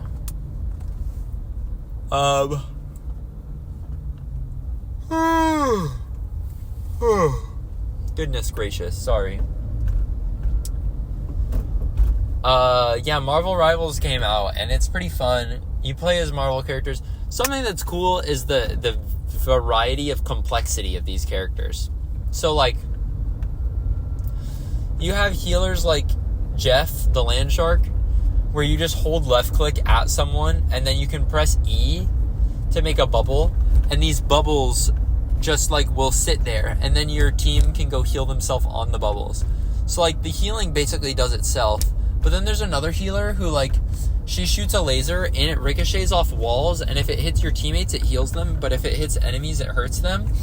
And then also, she can shoot, like, a healing zone, but also she can shoot, like, a laser beam that, like, if it hits a teammate, then it increases their healing in the future. But then also, she can press shift and transform into, like, an evil version. And then her, she can't heal you with her attack button, but she can, like, deal more damage. And then she also has, like, she also has, like a flash type thing where, like, she shoots a laser and it blinds people. And you have to, like, balance playing these two characters, you know? So the variety of depth in the characters is, like, quite awesome. Like, Scarlet Witch is the most, like, anyone can cook character ever. But also they have like crazy characters that are really cool and really complicated. I really liked to play as Iron Man because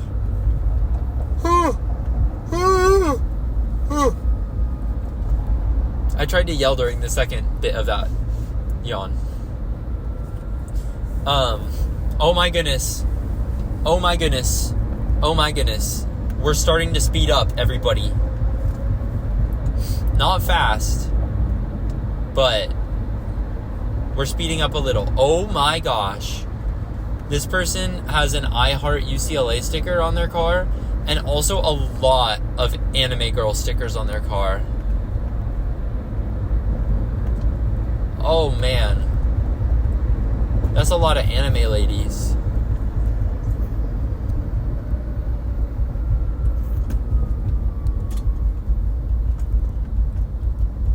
That's wild. They got anime all over their car. It's just a dude. It's just like a college dude. He's just like that, I guess. I don't know.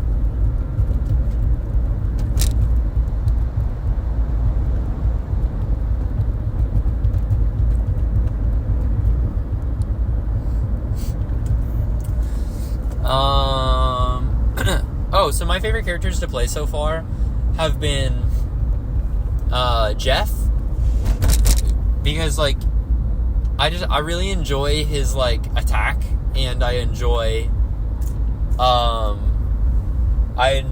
his ultimate.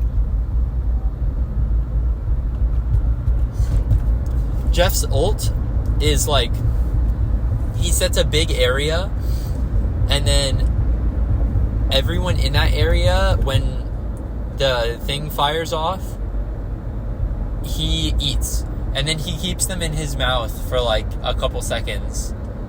And you can like walk enemies away from the point. So, like, there was this one game where there were, it was like we just had to get this one last push. And so I ulted, and I just like ate 3 of them and left. Like I just walked away and spat them out somewhere else. And while I was gone, my teammates were in like a 3 or 4 or 5v1. So we were able to defeat them. Oh wow. That car just like went out in front of me pretty quick.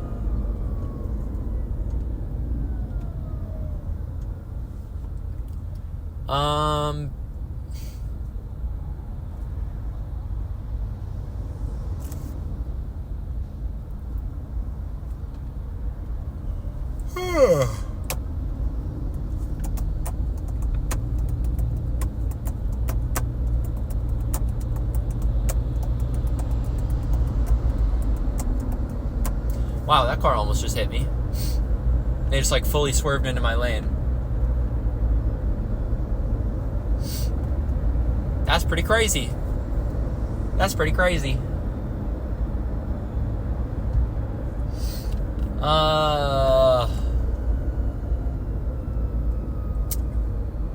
Yeah, but Jeff is pretty fun. And then also the other character that I really enjoy is Iron Man, because he can fly, and like you're always flying, like you're always in the air, but Iron Man specifically can like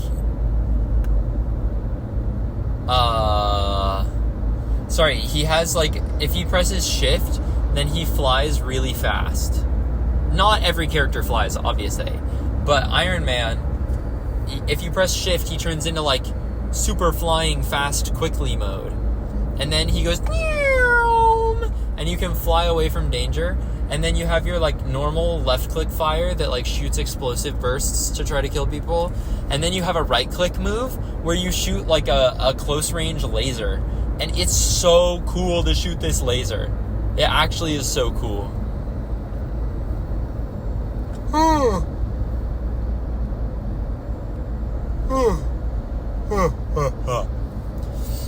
So I think Iron Man is like such a fun character. And then also, his ult is just like a big laser. Like, he shoots a giant laser beam ball, and it explodes wherever you shoot it, and if it explodes on anyone, it just, like, kills them. It's kind of like the Booyah Bomb from Splatoon 2 and 3, if you guys have ever played it. It's kind of like the Booyah Bomb.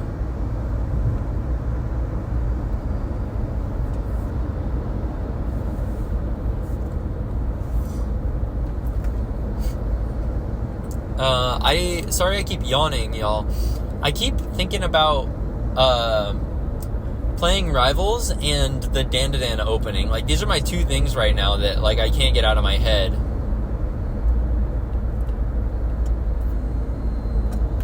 That says that my exit is coming up soon. That sign does.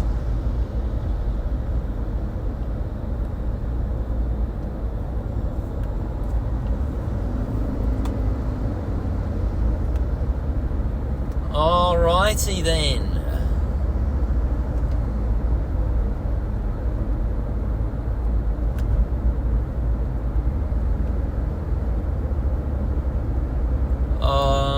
Cool. So, man, I don't even know what to say anymore. Like, I've talked about so much stuff. I'm finally actually making progress, though.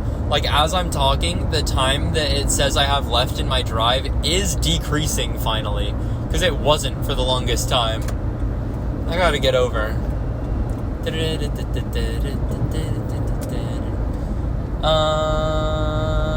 have that Danadan song real stuck in my head.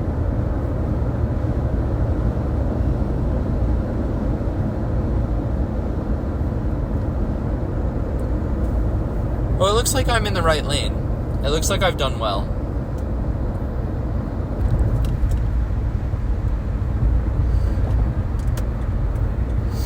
Actually, I have to get over one more, but I have done well.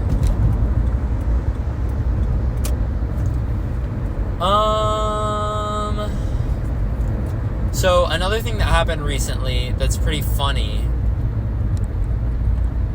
is there were some leaks about the My Hero Academia epilogue, and I have a friend who really likes Deku and Bakugo. She like really wants them to be friends, because that's basically the only part of the show that's any good, is Deku and Bakugo's relationship. This is not her words, this is my words. Basically, the whole show sucks, but sometimes Deku and Bakugo are a little bit in love with each other, and it's the only good part of the show.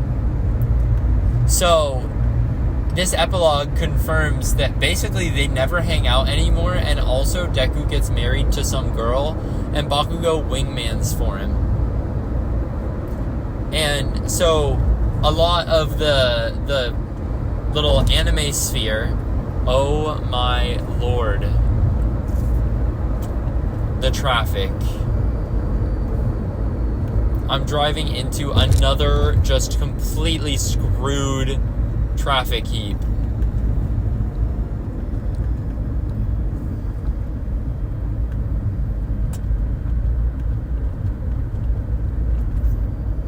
Oh, it says that there's a crash. My phone just notified right now. It just like popped up that there was a crash.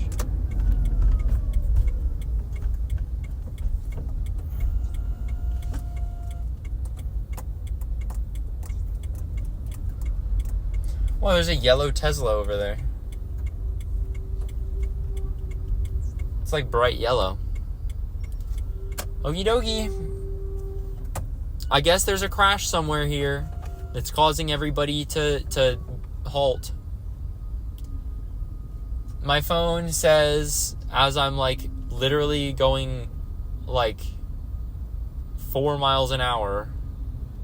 Oh, I'm going 5. My phone says that There's a crash very close. And that's what's causing all the traffic.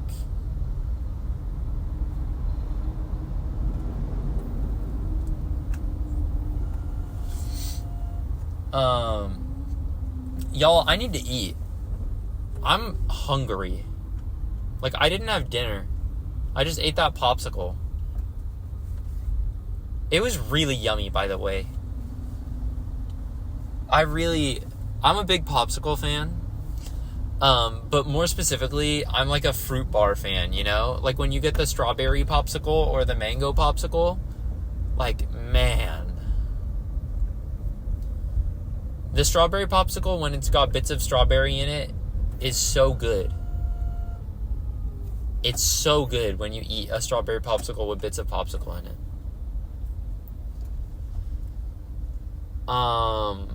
Dang. I mean, the well is run dry. Here's another thing that has been on my mind a lot lately. I haven't talked with Dusty in forever. Sometimes we just text each other like, hey, like, it's been forever since we talked, I miss you. And then we're both busy. And we don't, like, talk after that. And it's sad. It's sad. Oh, I said I would talk more about how I played Mario Party with my professor, right? And then I don't remember if I actually did that, or if I just said I would.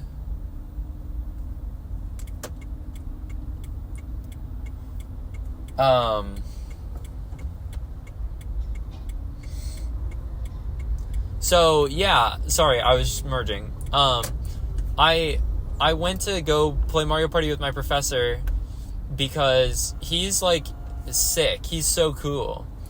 And he's a gamer.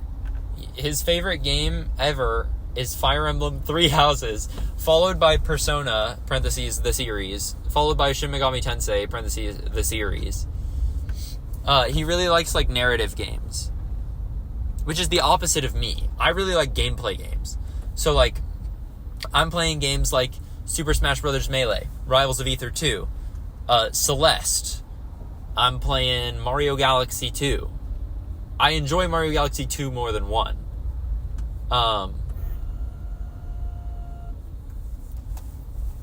And, you know, so we were talking about Mario Party at some point, and somehow we ended up actually saying, hey, let's all meet up and play. Right? So it's me, this girl in my class who, she's actually the one that I trade the manga volumes with. Like, I trade, the Blue Lock volumes back and forth with her and Elliot. And then also there's this other girl and then the professor. And we were all, playing Mario Party together. And the first time we played, we got cut short because we didn't realize that the room we were in was going to be closing, because we were in the library, in like the gaming room, because that's where our esports club is. And we were there like after the gaming club had shut down for the rest of the semester because of finals. And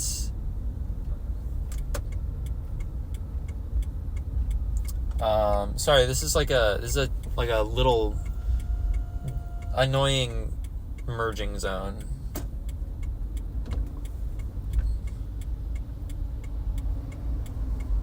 Oh, a car just drove past me off of the road on the right, and there are no more lanes to the right. The right lane is literally ending. Like, I have to merge because the right lane doesn't exist anymore, and a guy just drove past me on the right side off of the road.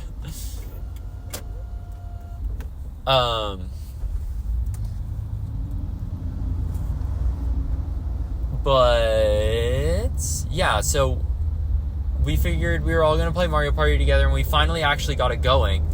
But we got kicked out because we went in the gaming room and the library closed sooner than we thought it was going to close. On this last turn, I stole the buddy from somebody. I got 2 stars, and then I landed on Bowser.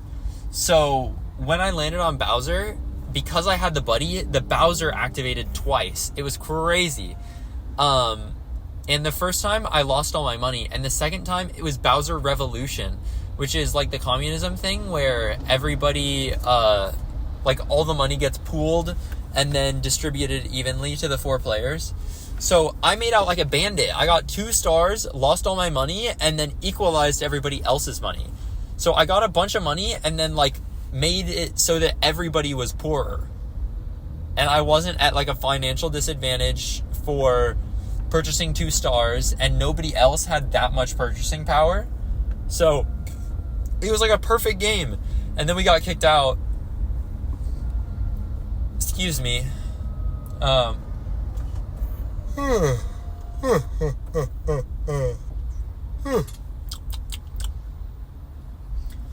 And you can save games in the new Mario Party game, but they save from the beginning of the turn, which means that got erased. Me getting 2 stars and then the double Bowser got erased, and it like killed the game for me. Like I lost because of it.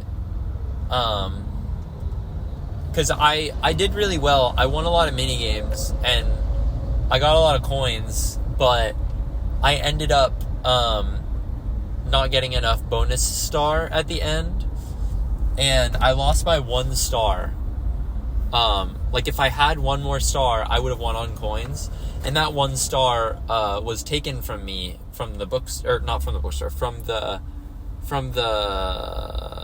library, from the gaming room closing.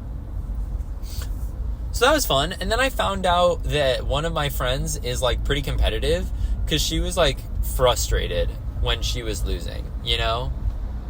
She was like super, super annoyed about how things were turning out, just because of like some stuff that she was saying, like the game cheated her, but she just like fully like misread the description for an item and then bought it, and it was like a bad decision. So this is not really the game screwing her over, but she was so frustrated. And then it started to look like she might win somehow. Like she might come out on top just through like some crazy lucky stuff. And immediately her mood improved. Immediately. So, you know, I found out that she's really competitive, which I guess makes sense because she's like a total gamer. But I also found out that, like, my professor and all these friends I'm playing with, all the games they play are narrative-based. And I'm, like, wondering if I should, too, play some narrative games. But then I think about it, and I'm like, man, like, I like how I do my gaming and stuff. Like, where I play video game to, like, do cool movement stuff, and I watch anime to get a story, you know? So, you know, I'm content with what I'm doing. I don't think that, like, hearing all these people talk about Persona is going to make me play Persona.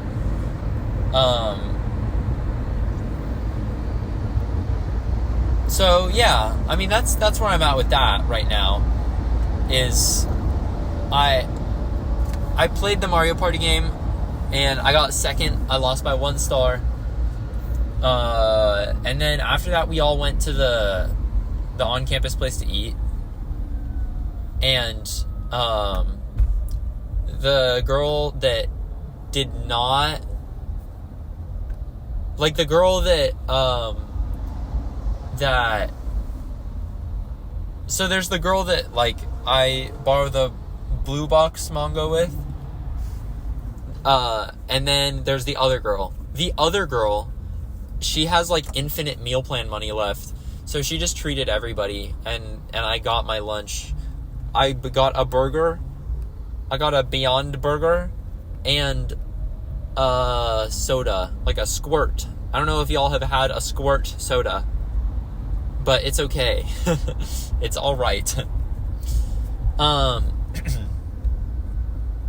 And then I forgot that I also wanted fries, so I went and I bought the fries myself. But yeah, we all just hung out, and that was cool. It's kind of a bummer that I can't just like sit around and play games with my roommate right now. Because That's what I want to be doing. I want a game. I've got that itch. I've got that gamer itch, you guys.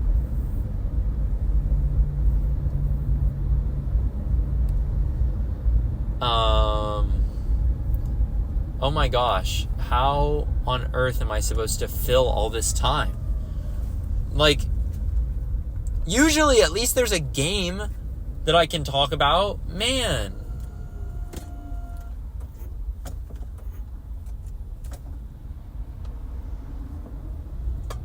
I just let somebody go in front of me. I probably should have just kept driving, but I slowed down a ton to let someone go in front of me. And now we're smooth sailing. It looks like we've gotten past that chunk, at least, of traffic. And I'm about to get off of this highway.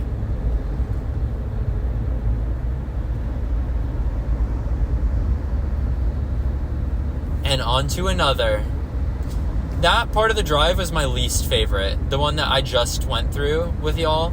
It is just the most boring. It's so draining. It's just not interesting. I'm worried that I'm gonna start talking about the same things that I've already talked about. I keep having the thought, oh, I should talk about the purple pillow.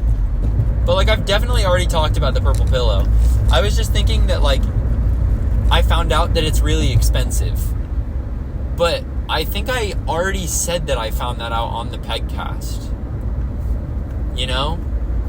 Well, anyways, it looks like there's not nearly as much traffic in this little area. So I'm speeding up. Obviously, still going the speed limit. You have to practice safe driving, everybody.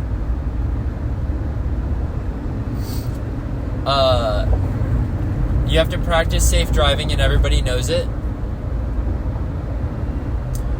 But, the traffic doesn't look that much better. No, it does. It does. It's moving. There are a lot of cars, but they're moving. Wow.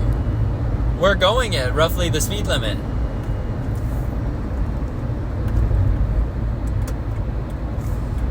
Is that car in that lane?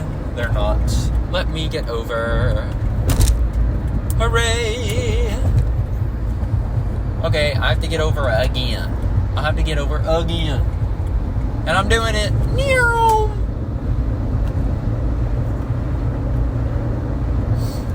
Wow. We're really driving now.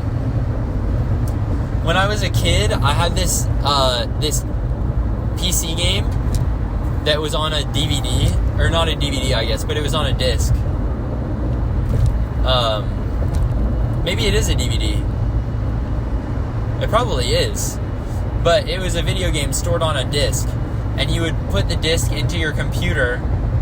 And then your computer would read the disc and you would be playing a Cars video game. And you could drive around as Lightning McQueen and stuff.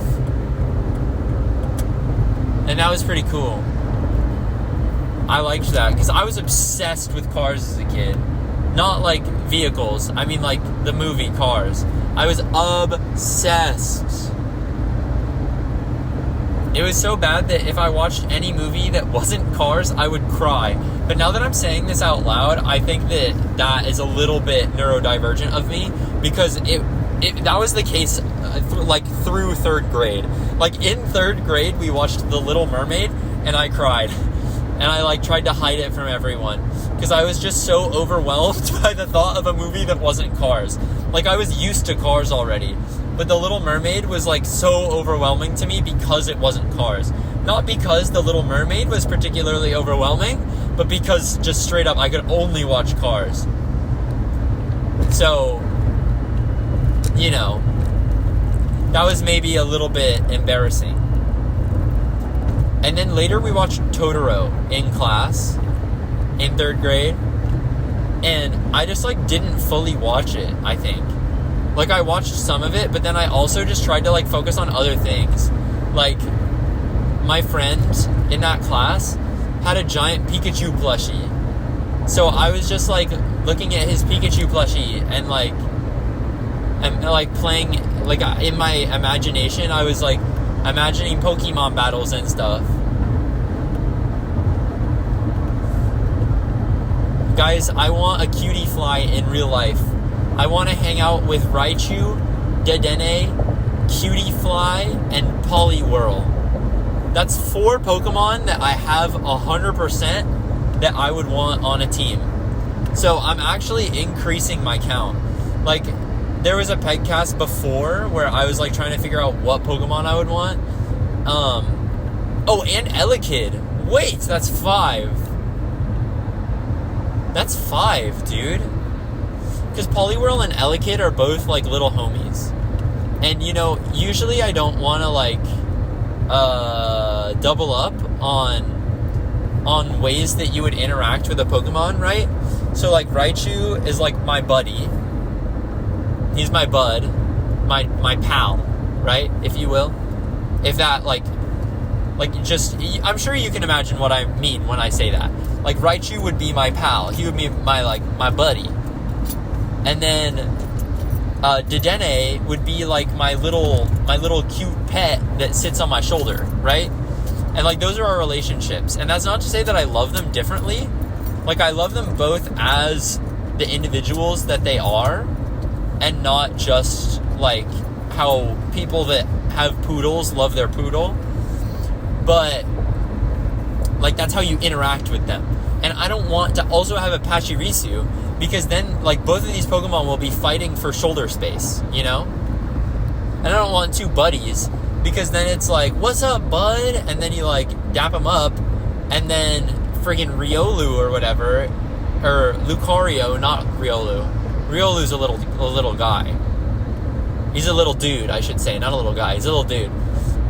And Raichu and Lucario are fighting for that same space where they're like your best friend and you dap them up, right? So like I wouldn't want to have a Raichu and a Lucario. But like Poliwhirl and Elekid occupy the same space where they're little dudes. But little dude you can double up on, because you can just like bend down and fist bump them both and be like, let's go, gang. And then they're like, yeah, Elekid, Poliwhirl, and then they're hyped. So I feel like I can double up on little dudes, but I don't want to double up on buddies, and I don't want to double up on little like shoulder pets, and I don't want to double up on flying fellows that just like kind of are near you. Right? So that really limits your options. Because like some Pokemon that I really like are Morpeko, Dedenne, Togedemaru, Pikachu. All of these Pokemon, Pachirisu, can sit on your shoulder. All of these Pokemon can sit on your shoulder. So, you know, although I like them all, I can't say that I would want to have them all on a team.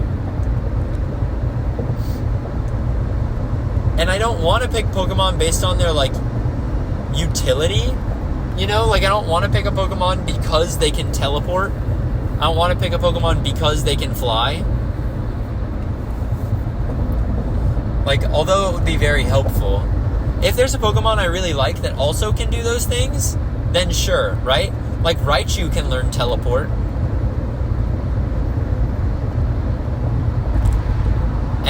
And so, I mean, Alolan Raichu can. So, like, if I was a really huge Alolan Raichu fan, then that would be tight. But I like normal Raichu the best. Cantonian, I should say. It's not that Alolan Raichu is abnormal, or that Cantonian Raichu is a normal type. It's just that he was first. So, yeah. Like, I can't say that I would want to have an Alolan Raichu either, because they would both occupy the, like, buddy role. They both occupy pal.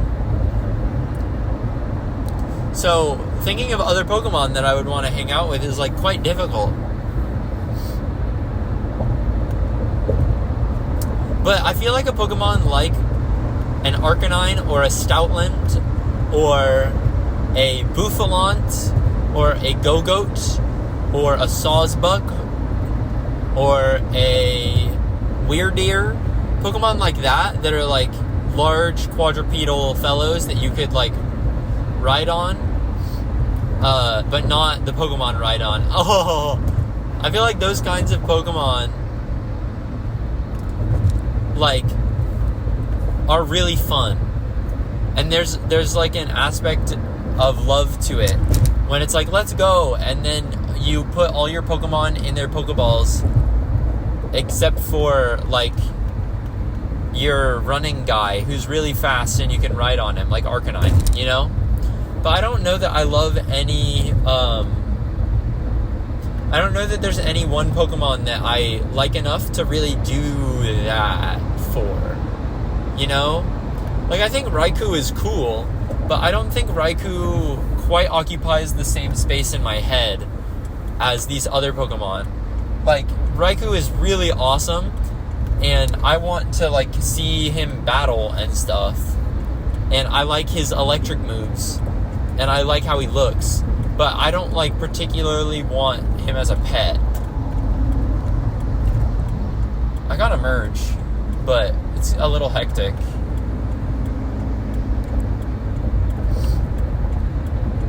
I think I just have to get over one more lane, though. So, let me do that real quick. Okay. Cool! And then you could say, like, Klefki so I don't lose my keys. Ah ha ha ha ha. But, like, dude, like, that doesn't matter. You could say Ditto because of, like, Ditto can transform into stuff, and that's really cool.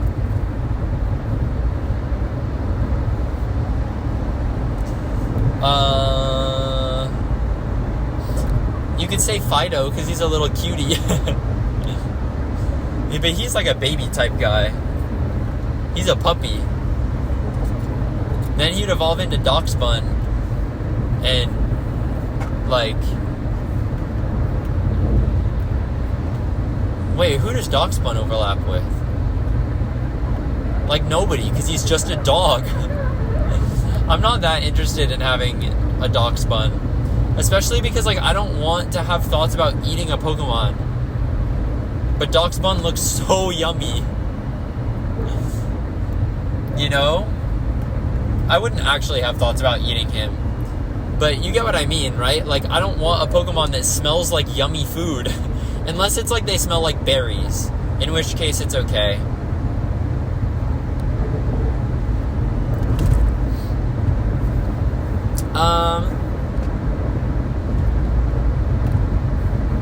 Man, it's so difficult.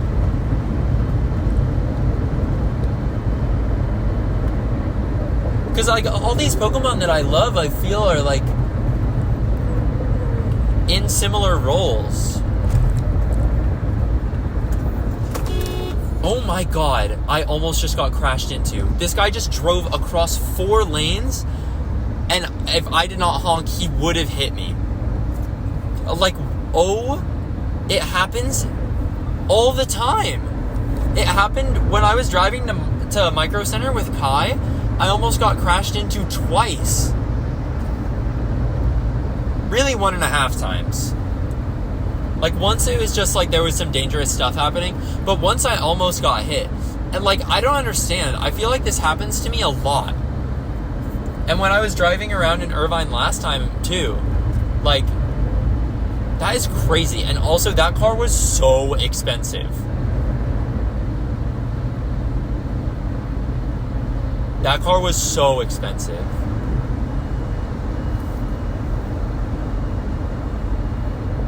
Like, it was like a...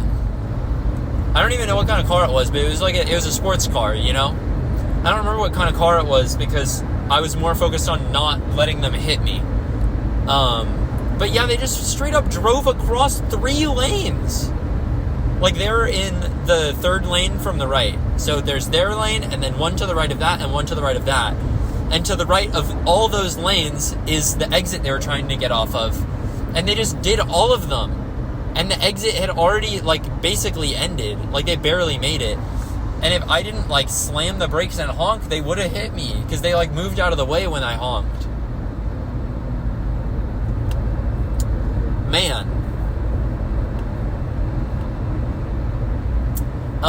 But yeah, like, you know, I was thinking about Bulbasaur. And Bulbasaur, he's like, Bulbasaur! You know? And I feel like he could be, like an Elekid and Poliwhirl type guy, where he's like a cute little guy, and like he's your little dude. Or he could be a, like, buddy, like Raichu. I think he more easily fits into like a mix between those roles. But I feel like three little guys, 3 little dudes is like a lot. 3 little dudes is a lot to, like, spread the love around with, you know? And then Oddish is like a shoulder type guy. I don't know.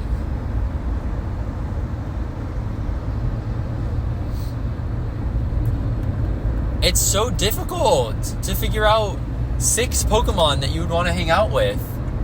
Because I want to hang out with them all, but I wouldn't be able to love them all unconditionally. Like, well, I would, but I wouldn't be able to show them all the love that I feel. I have 4 or 5, I don't remember. I have Raichu, Elekid, Poliwhirl, Cutiefly, and Dedenne. Wait, I didn't count. I just said them all. I have Raichu, Poliwhirl, Elekid, Cutiefly, and Dedenne. That's 5, so I'm almost there. I'm 5 out of 6, but I just can't figure out the 6th. And I don't want a baby type guy, because then all the other Pokemon have to, like, not get loved as much and, like, act as, like, parents, you know? So, like, when I say a baby type guy, I mean, like, a Badoo, an Oddish, a Togepi. These Pokemon all can work as baby type guys. A Pichu could, but a Pichu is more of a shoulder type guy. So, you know?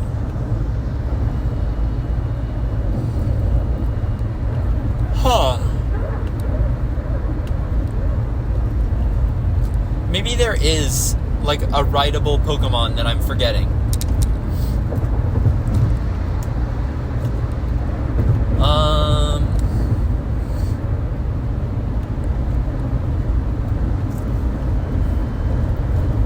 Man, this is really quite difficult.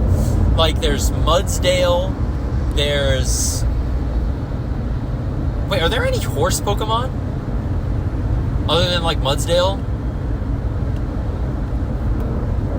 I can't think of another horse. Oh, but what about Phanpy? Wait, is that just the answer? Oh my god, it makes me so anxious thinking about having to, like, care for 6 guys. But I guess they're all Pokemon, so they're not like... You know, like, when you pet one cat out of 2 cats, the other cat, like, sees you petting that cat, and they're like, why aren't you petting me? I feel like Pokemon are a little smarter than that in emotional, like, social cues. So, like, if I'm like fist bumping Elekid, Raichu isn't gonna be like, okay then. He's gonna be like, yeah, we're all friends. Like, this is a friend group. This is a family. So maybe I don't have to worry about that. Maybe Phanpy is a good answer. But I think that's my at least temporary answer. I guess, like, I'll put a pin in it, and I'll come back to this thought experiment another day. But for now, Batpeg, the trainer, his Pokemon are Raichu, Dedenne, Elekid, Poliwhirl, Cutiefly, and Phanpy.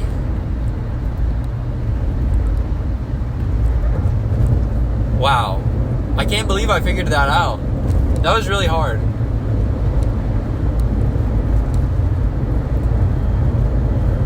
I wish that they added better penguin Pokemon. Like,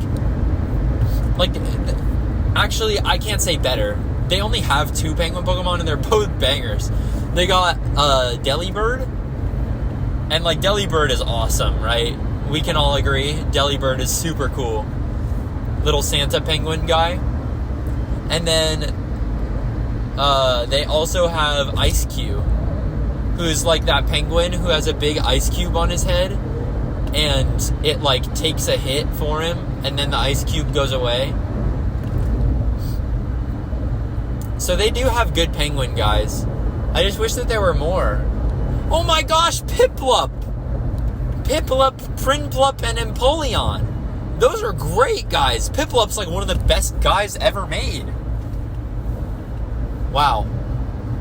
The penguins are winning in Pokemon, especially Piplup. I like when Piplup goes, Piplup! I like when he says Piplup.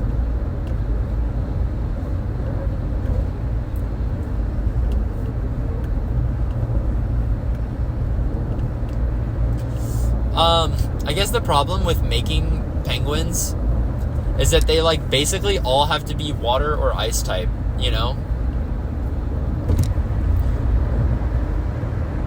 But maybe there could be like some weird penguin who's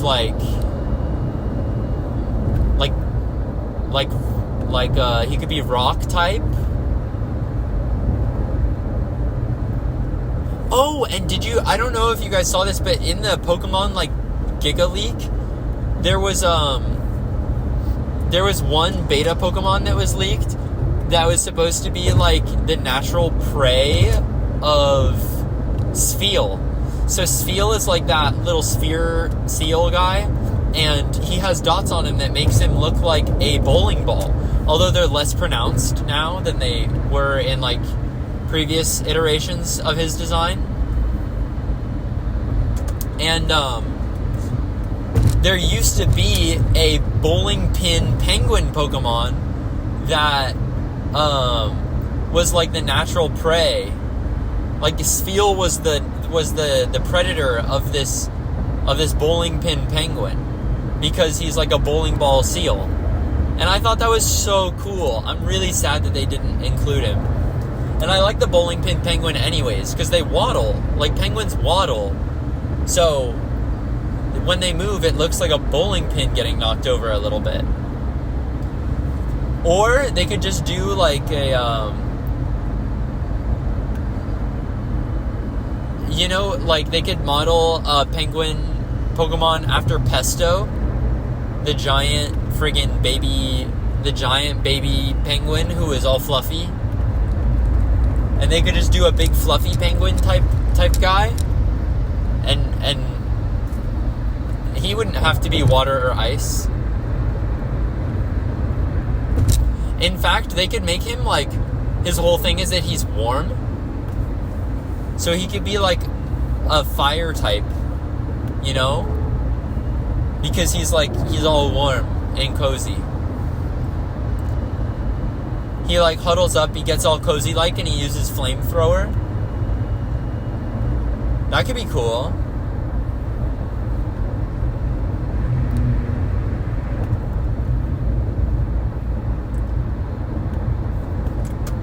Oh, and he could be like a rock type. He could be like rock fire, okay? And wait, are there any rock fire types? There are. There's Carkol. There's that line, at least. And I think there's one more that's rock fire. Slugma and Macargo are rock fire. And then I think that's it, but I'm not sure. But yeah, this penguin could be rock fire, and basically he's all warm and toasty, and then he has like little rocks that look like, because you know how penguins will like give each other smooth stones that they like? They'll give each other like cool stones, and then also they'll like if a penguin is given a stone that kind of seems like an egg, then they'll like treat it like it's an egg.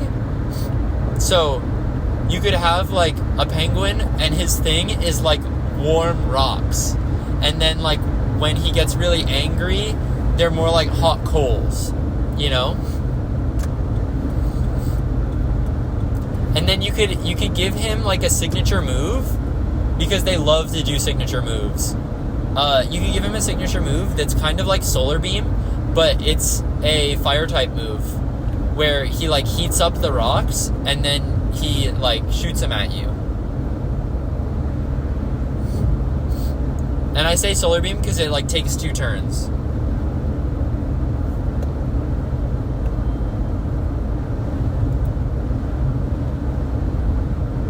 It takes 2 turns, and it's not that strong, and it always inflicts burn, maybe?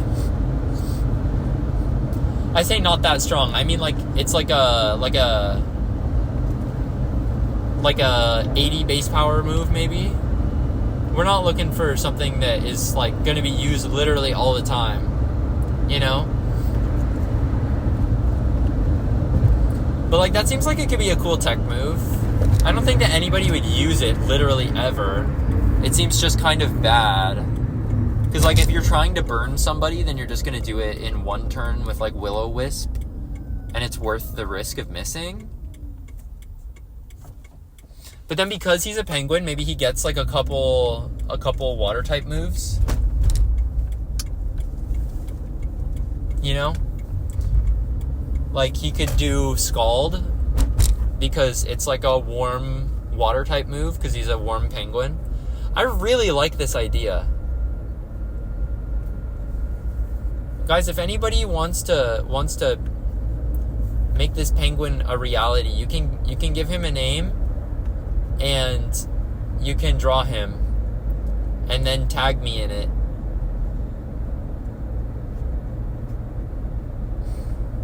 But if you don't want to give this penguin life, then that's just how it be, because I don't.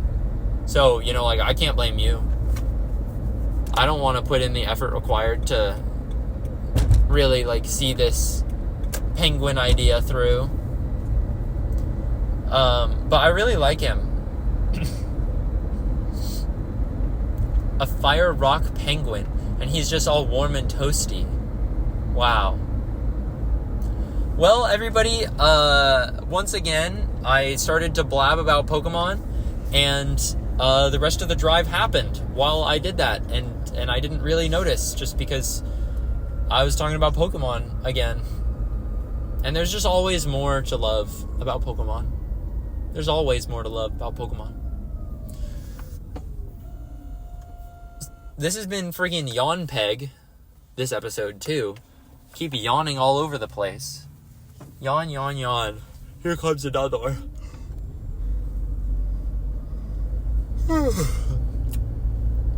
Goodness me.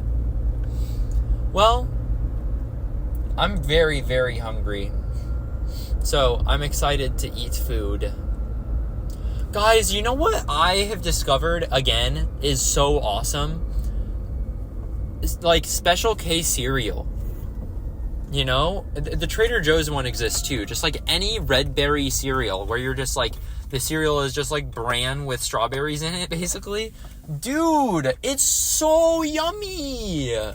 That's what they don't tell you. They don't tell you that Special K cereal is so yummy.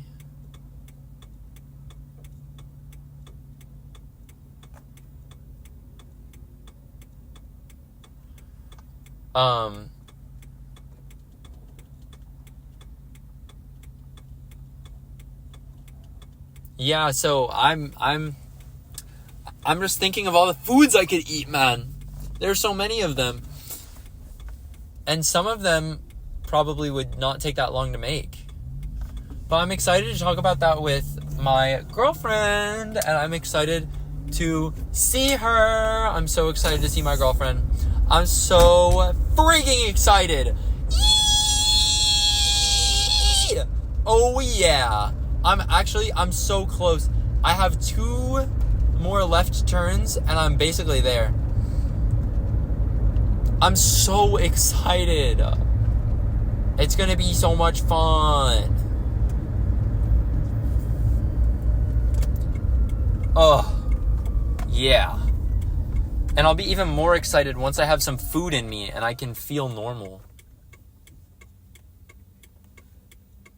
The car in front of me, it's like a It's a Toyota Tacoma, which is a big pickup truck. And their license plate holder says, "Silly boys, tricks are for girls." Or not trucks. I mean, oh my gosh. See, this is what happens when I haven't eaten dinner. Guys, another thing that just happened because I hadn't eaten dinner. The most recent episode of Super Mario Sunshine is the one where I enter the secret level. And literally, I fail at the same level the entire episode. It's like 20 minutes of me failing to do a level. And when I was watching it live with the Penguins, what was so funny is Cammie sent a message 2 minutes in the live chat that was like, Batpeg, did you like eat before this? Like, do you need to go to the bathroom or eat? Like, what is happening? Like, you're terrible at this game right now, basically. Like, why? Did you not eat? And literally at the very end of the episode, I was like, oh, it's lunchtime and I haven't eaten yet. It's just crazy that she identified it so early into the episode. It was so funny. It was so funny to me. But yeah, I struggle to function on no food, on empty tummy. So yeah, I'm there. I'm at the girlfriend's apartment.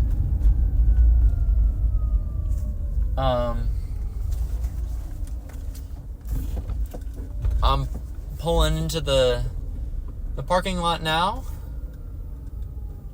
and that is it. So, anyways, guys, thank you so much for joining me on this Batpeg happy journey day, where we journeyed all the way out to my girlfriend's place.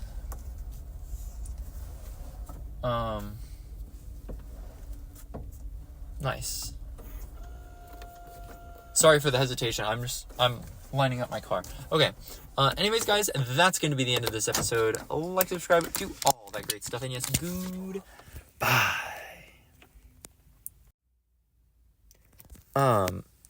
So I was about to go in, but it says saving changes, so I kind of have to wait for, like, the PEGCAST to work because of the way that I recorded it this time. Instead of recording it in multiple audio files when I paused, I just, like, paused and then resumed, and it seems like it records it as separate things, but then has to combine them after the fact. So I'm actually still in the car for a little bit, and I just wanted to add that,